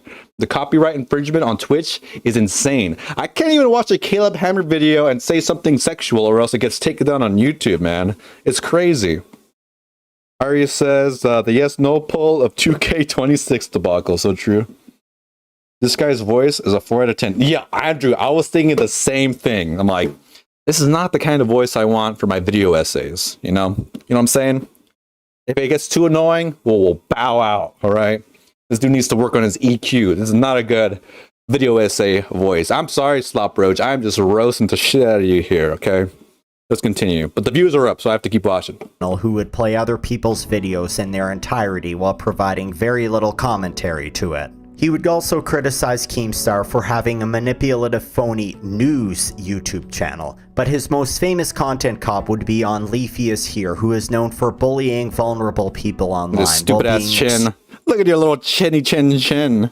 Leafy is here. Extremely insecure himself. In this video, Ian points out about how he's okay with bullying as long as you can take what you can dish out and aren't a coward about it. Idubbbz would begin to befriend many people on YouTube. One notable circle of friends was with other YouTubers such as Filthy Frank, Max Mofo, Anything for Views, How to Basic, and others. This group was known as the Cancer Crew, as they would release some of the most absurd, raunchy, vulgar, and entertaining videos I've ever I didn't know they were seen. called that. Most famously are videos like Hair Cake, which I'm not going to get into. I remember that because one. I don't Dude, that was a crazy ass video. I do remember that one fondly. That's in the memory banks for sure. What chin? I don't see one. So true, Jules. You gotta imagine it there. It's like the fourth hole. You just have to believe it's there. Jinx is a precursor to Twitch. So true, Spacepoint. I don't know why it took me so hard to read that one. Old Idubbbz. Ian seems like he's simultaneously 12 and 98. Like he's been doing YouTube so long as I have been lurking around, but he's still doing the same things. In a certain way, I guess you could say that. The good old days when we were degenerates, so true. Jules, so true. Andrew said it's not even necessarily just the voice so much as it is poorly compressed or something. Yeah, something's off with the audio there. He needs a little mini princess mic like I do. You guys want to see how small this mic is? Look how tiny it is. It is so small. It is so small, you guys. I don't want to get sick. But the most notable friendship he made was with Ethan Klein from H3H3. Dude, it really was notable. They collabed so much. It's like Ethan and Idubbbz is what me and Captain Quasar are. And if he betrays me, he's fucking dead. I'm gonna find out where he lives. Captain Quasar, your days are numbered. Don't you dare betray me, Captain Quasar. All right? You're done. Way back in 2015, they had done several videos together which I think are hella bangers. Out of all the people Ian did YouTube videos with, Ethan was probably the one he was closest to, as they would collaborate extensively even as Ethan moved away from his traditional skits into podcasting. Ethan rode so hard for his... He was his fucking best friend. Idubbbz has said it on multiple occasions, man. What the fuck were you thinking, dude? Why would you betray your best friend like that? That's like if I made a content cop on Captain Quasar. You know? That's like that. Can you guys imagine those levels of betrayal? I can't. It makes me sad just thinking about that. You have a notepad and you're taking notes because this is important. Not every relationship he was making would be positive, though. In around 2016, Idubbbz met Anissa Jomha, a controversial Twitch streamer in her own right. She was known for wearing skimpy Yikes or doodles, as Jules would say. Hey, she looks good in this shot. Clothing on stream for attention while playing League of Legends, even though she wasn't really good at the game. However, she was most known for being very... Okay, you don't gotta be good at games. Just watch Northern Lion. He's terrible at games, and everyone loves him. And he has a very smooth, shiny head. Opinionated on topics she was very misinformed and ignorant on. As terrible as the Holocaust was, obviously it was horrendous, and how disgusting the doctor was that did the experiments on. They found a couple of really groundbreaking discoveries through that experimentation. I would learn later that that's like something people talk about, in high school, right? You talk to your friends in high school, like, you know what? The Nazis actually came up with some pretty good discoveries, not knowing like anything or reading any studies about that. That's definitely like a high school level take, you know? I've heard that. I've heard that from high schoolers when I was in high school. That's what they actually thought. While she would apologize for this clip, her habit of running her mouth on things she doesn't know about would continue to this very day, and we're going to see a million examples of this. As if that wasn't enough of a red flag, Anissa was still dating another streamer named Acadian when she first met Ian, and Acadian's breakup did not go well, indicating that she very likely monkey branched to Idubbbz when she got the opportunity to date someone with more money and fame. This was also Ian. I don't know who that is, but I'd love to hear from him. I want him to say like, dude, they come out years later. Everything this video essay says is true. She told me she was leaving me for Idubbbz, the hair cake guy, and I'm like, no! Ian's first relationship he had ever had, and let me tell you something about virgin men. Their lack of dating experience and eagerness to please the first woman interested in them will often lead them to being unable. That's a weird overgeneralization for me, dog. Let me tell you something about virgin men. I've studied this concept daily. I'm not fucking with this video essayist now, okay? Also, when he was talking about Anissa yapping or whatever, it sounded quite misogynistic, if you'd ask me. Able to establish boundaries in the relationship and makes them vulnerable to being taken advantage of. However, You know what? we've talked enough He sounds about like Anissa for if Leafy actually hit puberty when he was supposed to. This kind of sounds like what his voice would sound like, I think. Maybe that's why I'm finding it a little annoying. A little annoying for my tastes. for now. Let's move on. In 2017, Idubbbz created a content cop on Tana Mojo. He and Tana had been beefing because of Ian's use of slurs in humorous ways, only for her past to come out where she had a history of saying slurs in much more hostile ways. The most controversial thing in this video... Even when I watched this when it came out, Idubbbz' smile was so creepy and disgusting in this moment. I'm not a fan of it. Katafi says, the only good discovery they had were aviation related, but that's also just German engineering for you. So true, Katafi. Bubbly says, oh, she's replying to this Andrew. Be likable, be talented, be consistent. You can be successful at any career if you have at least those two. So true. And he has none of those. Ouch. Ouch. Got him. Hey, Dark Knight RCL with the $10. Thanks for making us laugh, but I could enjoy it more if you walked faster. Oh, dude, guys, I've been scamming you guys the whole time. Like, my setup is a little different here. The length of the treadmill, I had to decrease a little bit because part of it's under my bed. But fuck it, man. I have been scamming you guys this whole stream. We'll go all the way up to 3.5 miles per hour. All right, fuck it, 3.6. Fuck it, 3.7 miles per hour for all the Hulkamaniacs out there at home. All right, I'm gonna put the safety clip on. 1 second here. Just in case I fall and I break all my bones, I can just yank this thing in an emergency situation. All right, let's continue here. Thank you for the $10. Video was that Ian bought a meet and greet ticket to Tana's event, posed for a picture with her, only to say the N-word while standing right next to her. Anissa would be filming and directing this whole thing. He also created a content cop on Rice Gum for being an egotistical yet insecure douchebag on YouTube known for flexing his wealth. The two had a back and forth with their own diss tracks, and eventually Rice Gum would challenge Idubbbz to a boxing match. This will be important later. Idubbbz would continue his videos and actually mellowed out a little bit, ceasing the use of slurs in his videos. In 2019, he would release a documentary video called Full Force, where he would interview and hang out with internet personality. So during Idubbbz's long form video arc, I'm all like, I don't give a fuck, man. Even then, I'm all like, I don't give a shit about this Full Force video, okay? And I'm not a fan of Star Wars. It was Star Wars all over the cover. I'm like, walk even faster? Oh my god. All right, we'll go up to 4.2 miles per hour. Thank you so much. Thank you so much, Aria. I really appreciate that. Oh god, it's like there's like no space on the treadmill anymore. Don't donate anymore, okay? Because I don't think I'll be able to actually do a stride of stepping. I might actually start having to do a little joggeroony.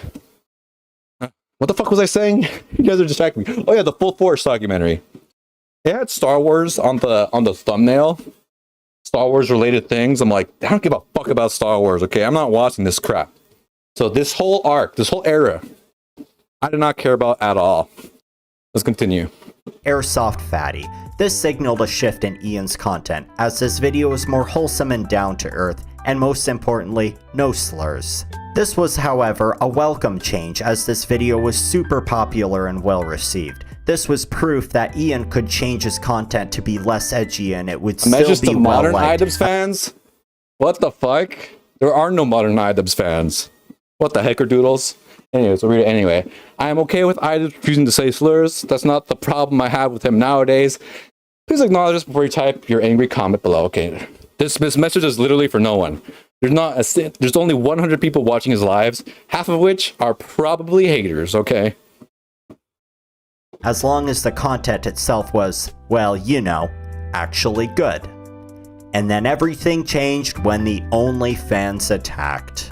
Later that year, Idubbbz's girlfriend Anissa started an OnlyFans account where she would post pornographic images and videos of herself online. I cannot say the OF words, otherwise the stream will get taken down. But I'm very pro OF and SW. So get it, Anissa. Get that bag, boo-boo.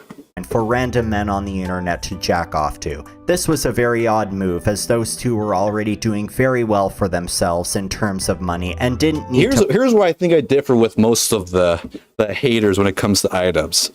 I don't give a damn that Anissa was doing OF. I don't think that's weird at all. I don't think it's strange for someone's partner to be doing that. I like I said, very pro SW. I don't give a damn at all. At all, you guys. Especially if my partner is extremely successful in that field. I think that'd be cool as heckerdoodles, as Jules would say. To post porn of Anissa to make any more money. This was the first major controversy Ian got himself into. At first he handled it well, retweeting a lot of the jokes made about him. Oh shit. However, then he released a Sarah, thank you so much for becoming a member of the legend. Oh my god.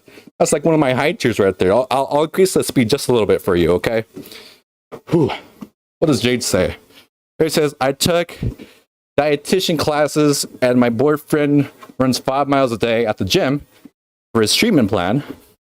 I have easy tips now, LOL, which is weird because I was almost 400 pounds when I did my escape show. That is wild. That is wild, girly.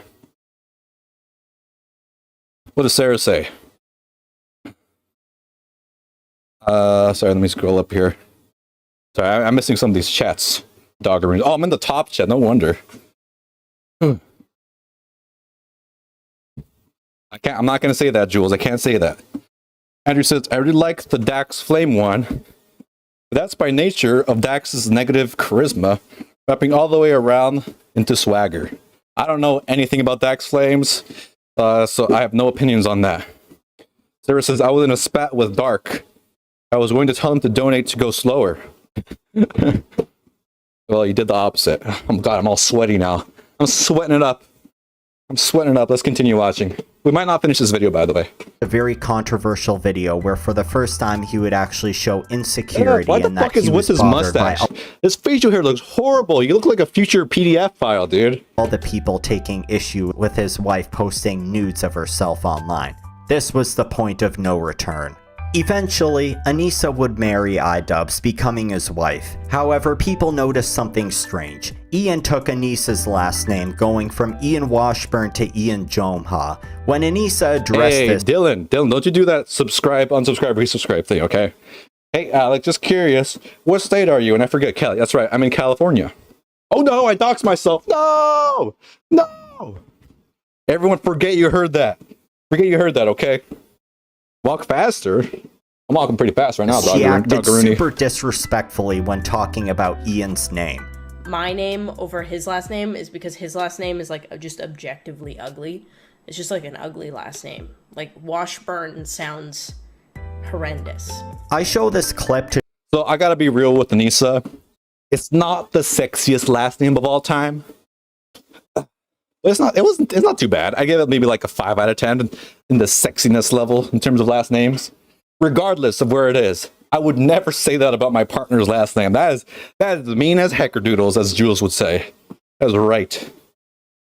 To show how disrespectfully Anissa would often treat Ian. You know what, Anissa? Jomha is a lot uglier sounding than Washburn. Ouch. Your full name sounds— Okay, Slop Roach. This is not an opinion piece. I want to learn about the history and downfall of Idubbbz. You don't got to insert your own opinions into that. That is just weird.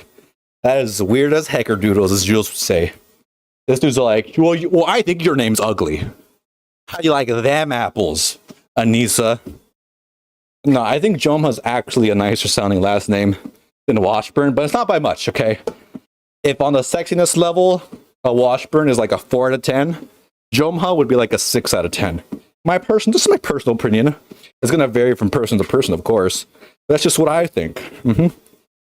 It's like anus jockstrap. In fact, that's what I'm going to be calling you from now on, 'cause you're an asshole.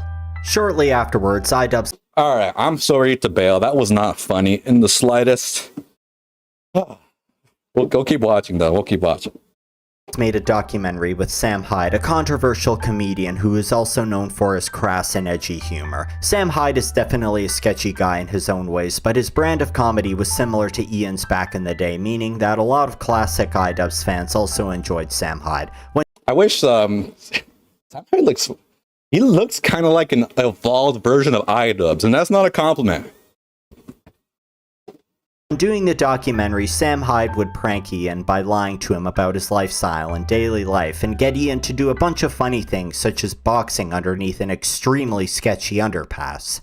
When this revelation was revealed, Idubbbz initially scrapped the entire documentary. However, after Sam released his own, Ian eventually relented and released the documentary that he created. Yeah, I don't understand that either. If you go out and film all this content and you get pranked really hard, you let the person that pranked you beat you to the punch. Just release the goddamn documentary, man, and just be honest, okay?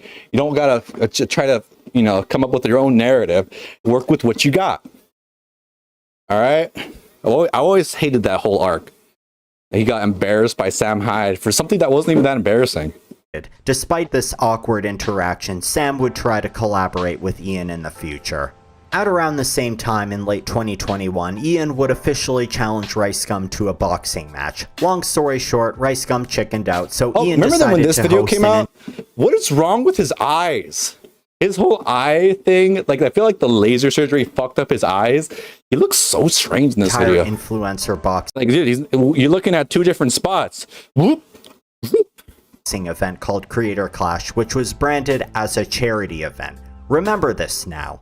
He brought on a whole bunch of influencers such as Katafi. Sam Hyde was also racist, as he should have said. He kind of swept for him a little bit there, I thought too. The reaction to the Sam Hyde stuff was always weird to me. I like both of the videos, but I do get it now. It says bubbly bubbly bubbly. I love long last names. It's so dramatic. Hey, that's cool. Hey, Space Pony. You'd be a fan of the Washburn, I guess. My last name is cool as heckerdoodles. Serrano. It sounds like the pepper. Oh, it sounds exactly like the pepper, but spelled a little differently. I think it's cool as heck, dog. I love my last name. And dude, I have hyphenated. I have the dash Lopez, so you know I'm Mexican as fuck. If you see that on paper, that's right. Harley Mornstein from Epic Mealtime, Nathan Barnett, also known as Dad, and others. Sam Hyde also reached out to Ian asking to be on the card. However, when discussing that issue with Keemstar and Sam himself, Ian's wife Anus would have some very harsh words to say about him. Who's your dream pick? Well, none of your business, Sam. Interestingly, Ian was much more asshole. cordial with Sam, but Anissa was being unnecessarily hostile. Eventually, Sam would settle for the next best thing, training one of the fighters, Harley Mornstein. Him and Harley actually had a good time together, joking with one another while Sam was genuinely trying to help him get better at boxing. Sam wanted to attend Creator Clash event to watch Harley fight. However, then the day of the event came and Sam Hyde was barred entry. This would be the next controversy in Idubbbz's life, as it was a decision made by him and Anus. This would also create tension between Sam and Anus, as he believed that she was the one calling all the shots, so he matched her hostility towards him and began talking Sexy score for my last name is definitely an 11 out of 10. That's right. About her. I don't think so, Anissa. Bitch. Ho. Try again, sweetie. Anissa or Anissa? It doesn't matter. Even your own family hates you, bitch. Oh my god. Despite all this, the event went not well. a fan of that. Idubbbz lost. Not a fan of that. Ooze dripping with misogyny, dog. All right, we can make fun of Anissa without resorting to such language. That's right. See, she makes fun of herself. We don't need to be calling her names like that. His fight against Dr. Mike, but they raised a lot of money for charity. Ian and Anus Attila, welcome in. Immediately began planning for the second Creator Clash. Meanwhile, Sam Hyde did a side quest and fought in a different boxing event against I Am Thompson, where he won by KO and had an epic victory speech where he called out far-left radical dog abuser Hassan Piker to fight him. I fuck with that. Hey, my sister Arya is in the chat. My sister Arya believes Hassan didn't shock his dog. Okay? Sorry to call you out, Arya, but it's ridiculous. What the fuck? It's so obvious, man. It's so obvious. There's so much evidence. It's like a goddamn mountain. It's crazy, Arya. Come on. Come on. In the heavyweight division. Oh, you know it, lad. You know that Hassan Piker? I'm coming to kill you! Okay, I like that meme too, okay? So I really don't know too much about Sam Hyde, because he's probably not a good person, but that moment was great. That moment was hilarious. At around the same time, Ian and Anissa would begin collaborating with the very same Hassan Piker. This meetup was likely organized by Anus herself, as she said, "Oh, Arya, I saw the video. I have changed my opinion. You were confident as fuck without watching the video? What?" I was trying my best to convince Arya that he fucking shocked this dog. It was so obvious. Arya fucking drank the Kool-Aid on the Hassan stuff at the start without watching the video. Arya, girl, you're crazy. You're fucking crazy, Arya. She was very far left and agreed with Hassan on almost everything. Because I met Hassan in 2016. We did like, name's Austin. Real name's Austin. Austin show. Austin show, and we were talking politics, and it was the first time that I had met somebody that got it. Yikes. Fellas, if the girl you're interested in says that she agrees with Hassan Piker on everything he says, run. This marked a shift in Idubbbz, as he was cozying up to a radical political sect of the internet, and his wife was making— Alright, I'm sorry, Reginald. It was the Dew Claw. It was the Dew Claw the whole time, that's right. Bubbly says, "Oh, what happened? Oh, did someone subscribe? Is it fucking Dylan?" Oh no, it's a new person. Hey, welcome. Thank you so much for the subscription. I really appreciate it. a lot of decisions in their promotion for their upcoming events. Creator Clash 2 would finally roll in 2023, and one popular fight was to take place: Froggy Fresh versus Chris Raygun. This time, Froggy Fresh had decided to train with Sam Hyde. This would cause a lot of problems. Ian and Anus were have you guys heard Froggy Fresh's music? I am the baddest of them all. If you ain't about money, then I don't mess with y'all. Those shits are so good. I saw him first on Tosh.0. That was fun times. Dylan said, "I just subscribed. Did he get a shout out?" That's good. Stop doing that, okay, Dylan? Stop playing with my emotions. But I love you too, as Mooney said. It's right. One of my longest supporters here, Dylan Chatterton 1. Oh yeah. Very little promotion for this event, so Froggy decided to do his own. He was posting training footage online which included Sam Hyde. This created a lot of tension between Froggy and Ian behind the scenes, as Sam Hyde was blacklisted from the event and pretty much treated like Voldemort now. However, the straw that broke the camel's back was when Froggy released a video saying that if he lost this fight, he would subscribe to Anissa's OnlyFans. This was meant to be humorous and not an insult. However, remember what I said about Anissa and Ian being— there's a layer of an insult there. Like, I have to lose the fight to subscribe to your wife's OnlyFans? Ew. That's the vibe you say when you say that, okay? Stop, don't pretend like it's not an insult, because it is. Alright? We could be honest here on the breakdown, alright? Being insecure about her sex work? Well, it would rear its ugly head here. First, Anissa's mom, of all people, would start insulting Froggy for this video, and the two would have a heated back and forth. Then, it was announced by Creator Clash Twitter account that Froggy was taken off the card and banned from the event. Suddenly, everyone running this event was completely silent and refused to elaborate on why this happened. Many people thought it was because of the OnlyFans comment, but Froggy himself thought it was because he trained with Sam Hyde. It's likely both.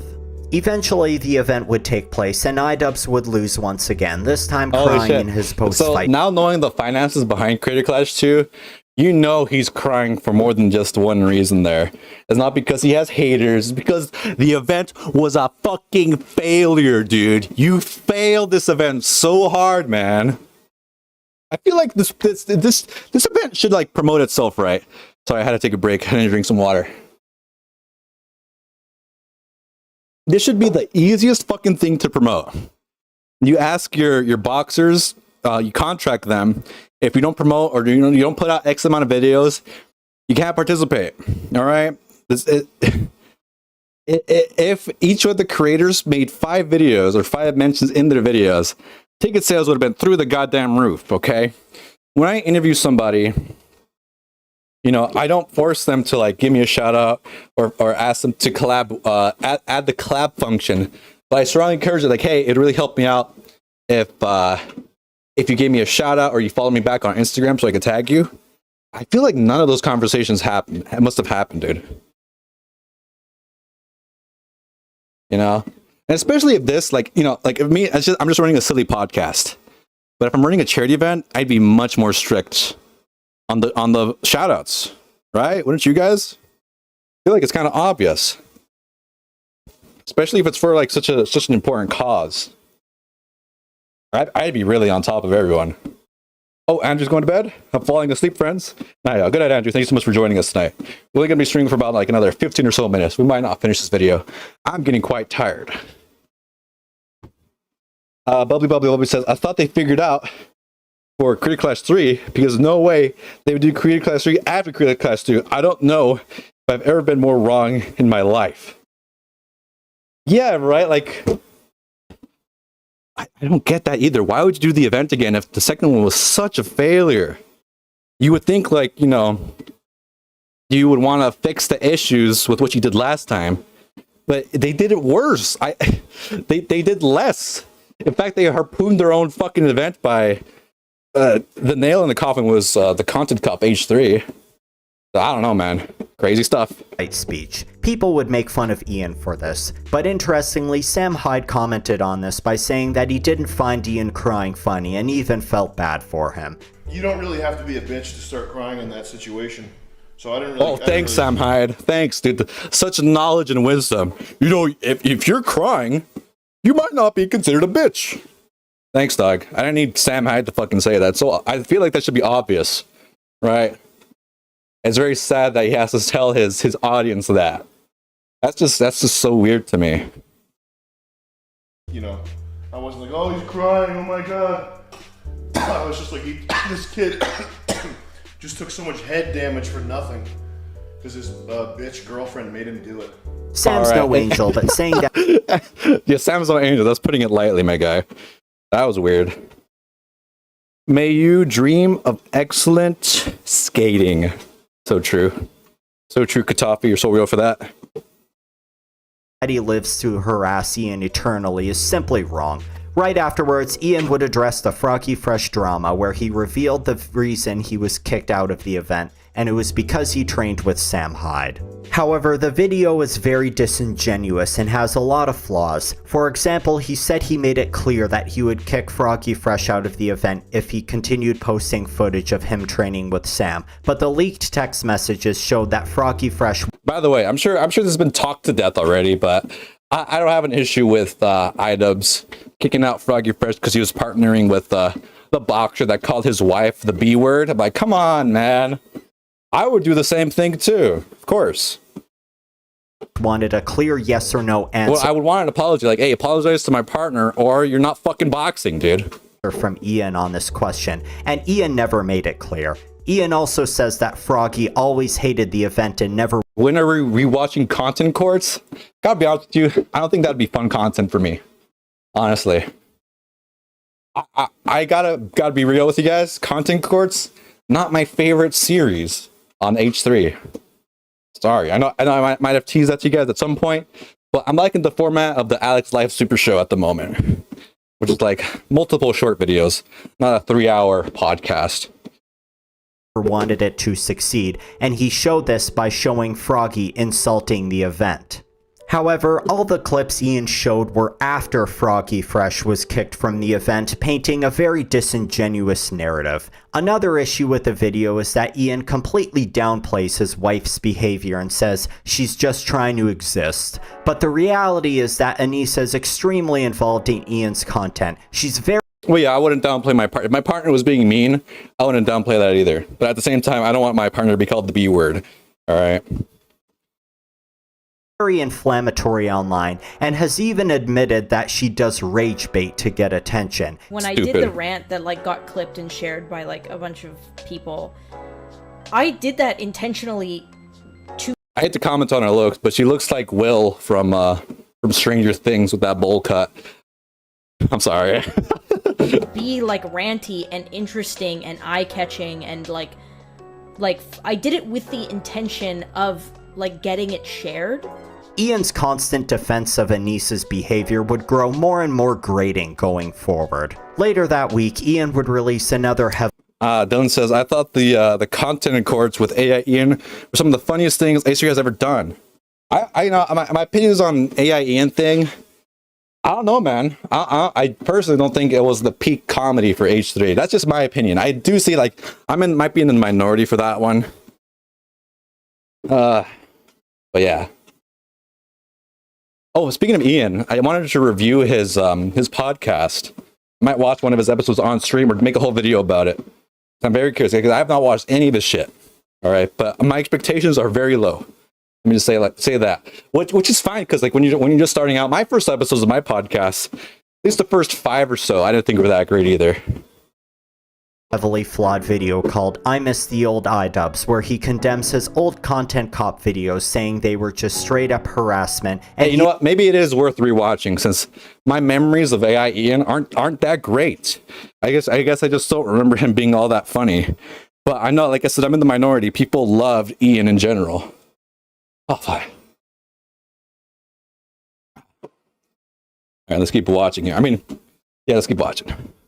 He also condemned every time he said a slur or something racially insensitive. Now this will all age like milk left out in the sun, but the big flaw with this video is that the Content Cop victims never felt like they were owed apologies. Keemstar enjoyed the video on him. Rice Gum and Leafy made fun of Idubbbz for apologizing and said that he was weak. And Tana? In a moment of stunning maturity, she said that she thought she deserved all the harshness Ian showed really to cool her in that video. Honestly. As for the slurs, Ian was already phasing those out after 2017. He had already been moving on to less edgy content with the Airsoft Fatty documentary. To say that he's turning a new leaf is disingenuous. The purpose of this video is clear. It was him going fully political and trying to appeal to a more progressive audience. Despite this video being received positively initially, this audience would not stick around as his content would get even worse.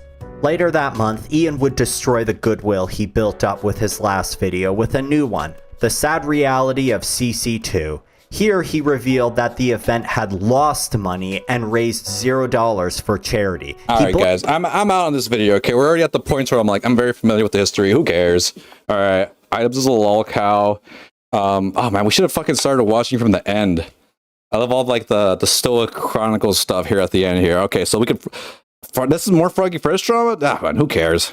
Anyways, if you guys want to watch the rest of that video, make sure to subscribe to Slop Roach. Let me acknowledge all the chatters in here before we find out who we're going to raid into tonight. I am sweaty as heckerdoodles, as Jules would say. Who we got online? Who is online still tonight? I hope I didn't get claimed tonight. The views are fantastic. The Alex Live Super Show is doing great number-wise, you guys. H3 reruns could never. The police video, we'll do that next stream, Katafi. I am tired. Tired as heckerdoodles. Thank you guys for supporting my latest podcast with Lus. That was fun. That was good times right there. All right, let's see who's online right now. Ooh, fuck that. You guys got me sweating tonight. But yeah, I'm not super interested in watching the rest of the video. It wasn't very engaging. The editing was very simplistic. But shout outs to Slipbroach. Oh, my boy Gizmo. Check out my boy Gizmo tonight. Anyways, guys, make sure to leave a chat so I can say goodbye to you. Thank you so much for joining us. Bubbly, bubbly, bubbly. Jules is cool. Dom56, Katafi. Did we ever watch the Ethan and Ela channel? It's called Ela Klein now. No, we never did. We never ended up doing that. Like I said, like that was initially the plan, but I am enjoying the Alex Live Super Show setup so much. I mean, we could like for extra long streams, we could watch like an Ela Klein vlog video at the end. But yeah, I'll have to consider that. Because there was some good stuff on that channel. I'll have to think about it. Sorry if I disappointed you guys in that. That was the initial plan. Thank you so much, M. Mooney. Thank you so much, Narda. Thank you so much, Sarah Z3024. Thank you to my sister, Aria, for joining us tonight. That was quite a treat. The whole H Rerun series of Ethan and Hila would be fun, says Dylan. I know you'd like it. So much more content. Again, thank you so much, Jade Siren. Anyone else? Anyone else? Oh, Corpbot 5000. Thank you so much. Who else? Who else is in here? I think that's it. All right, guys. I'll talk to you later. Make sure to say the asexuals have arrived when you get rated into Gizmo. Oh, scheduled January. Yeah, he's live right now. He should be live. Probably playing Overwatch 2, because that dude loves Overwatch 2. Let me tell you. All right, guys. I'll talk to you later. Have a good one. I'll see you on Thursday. Peace and love. Peace and love.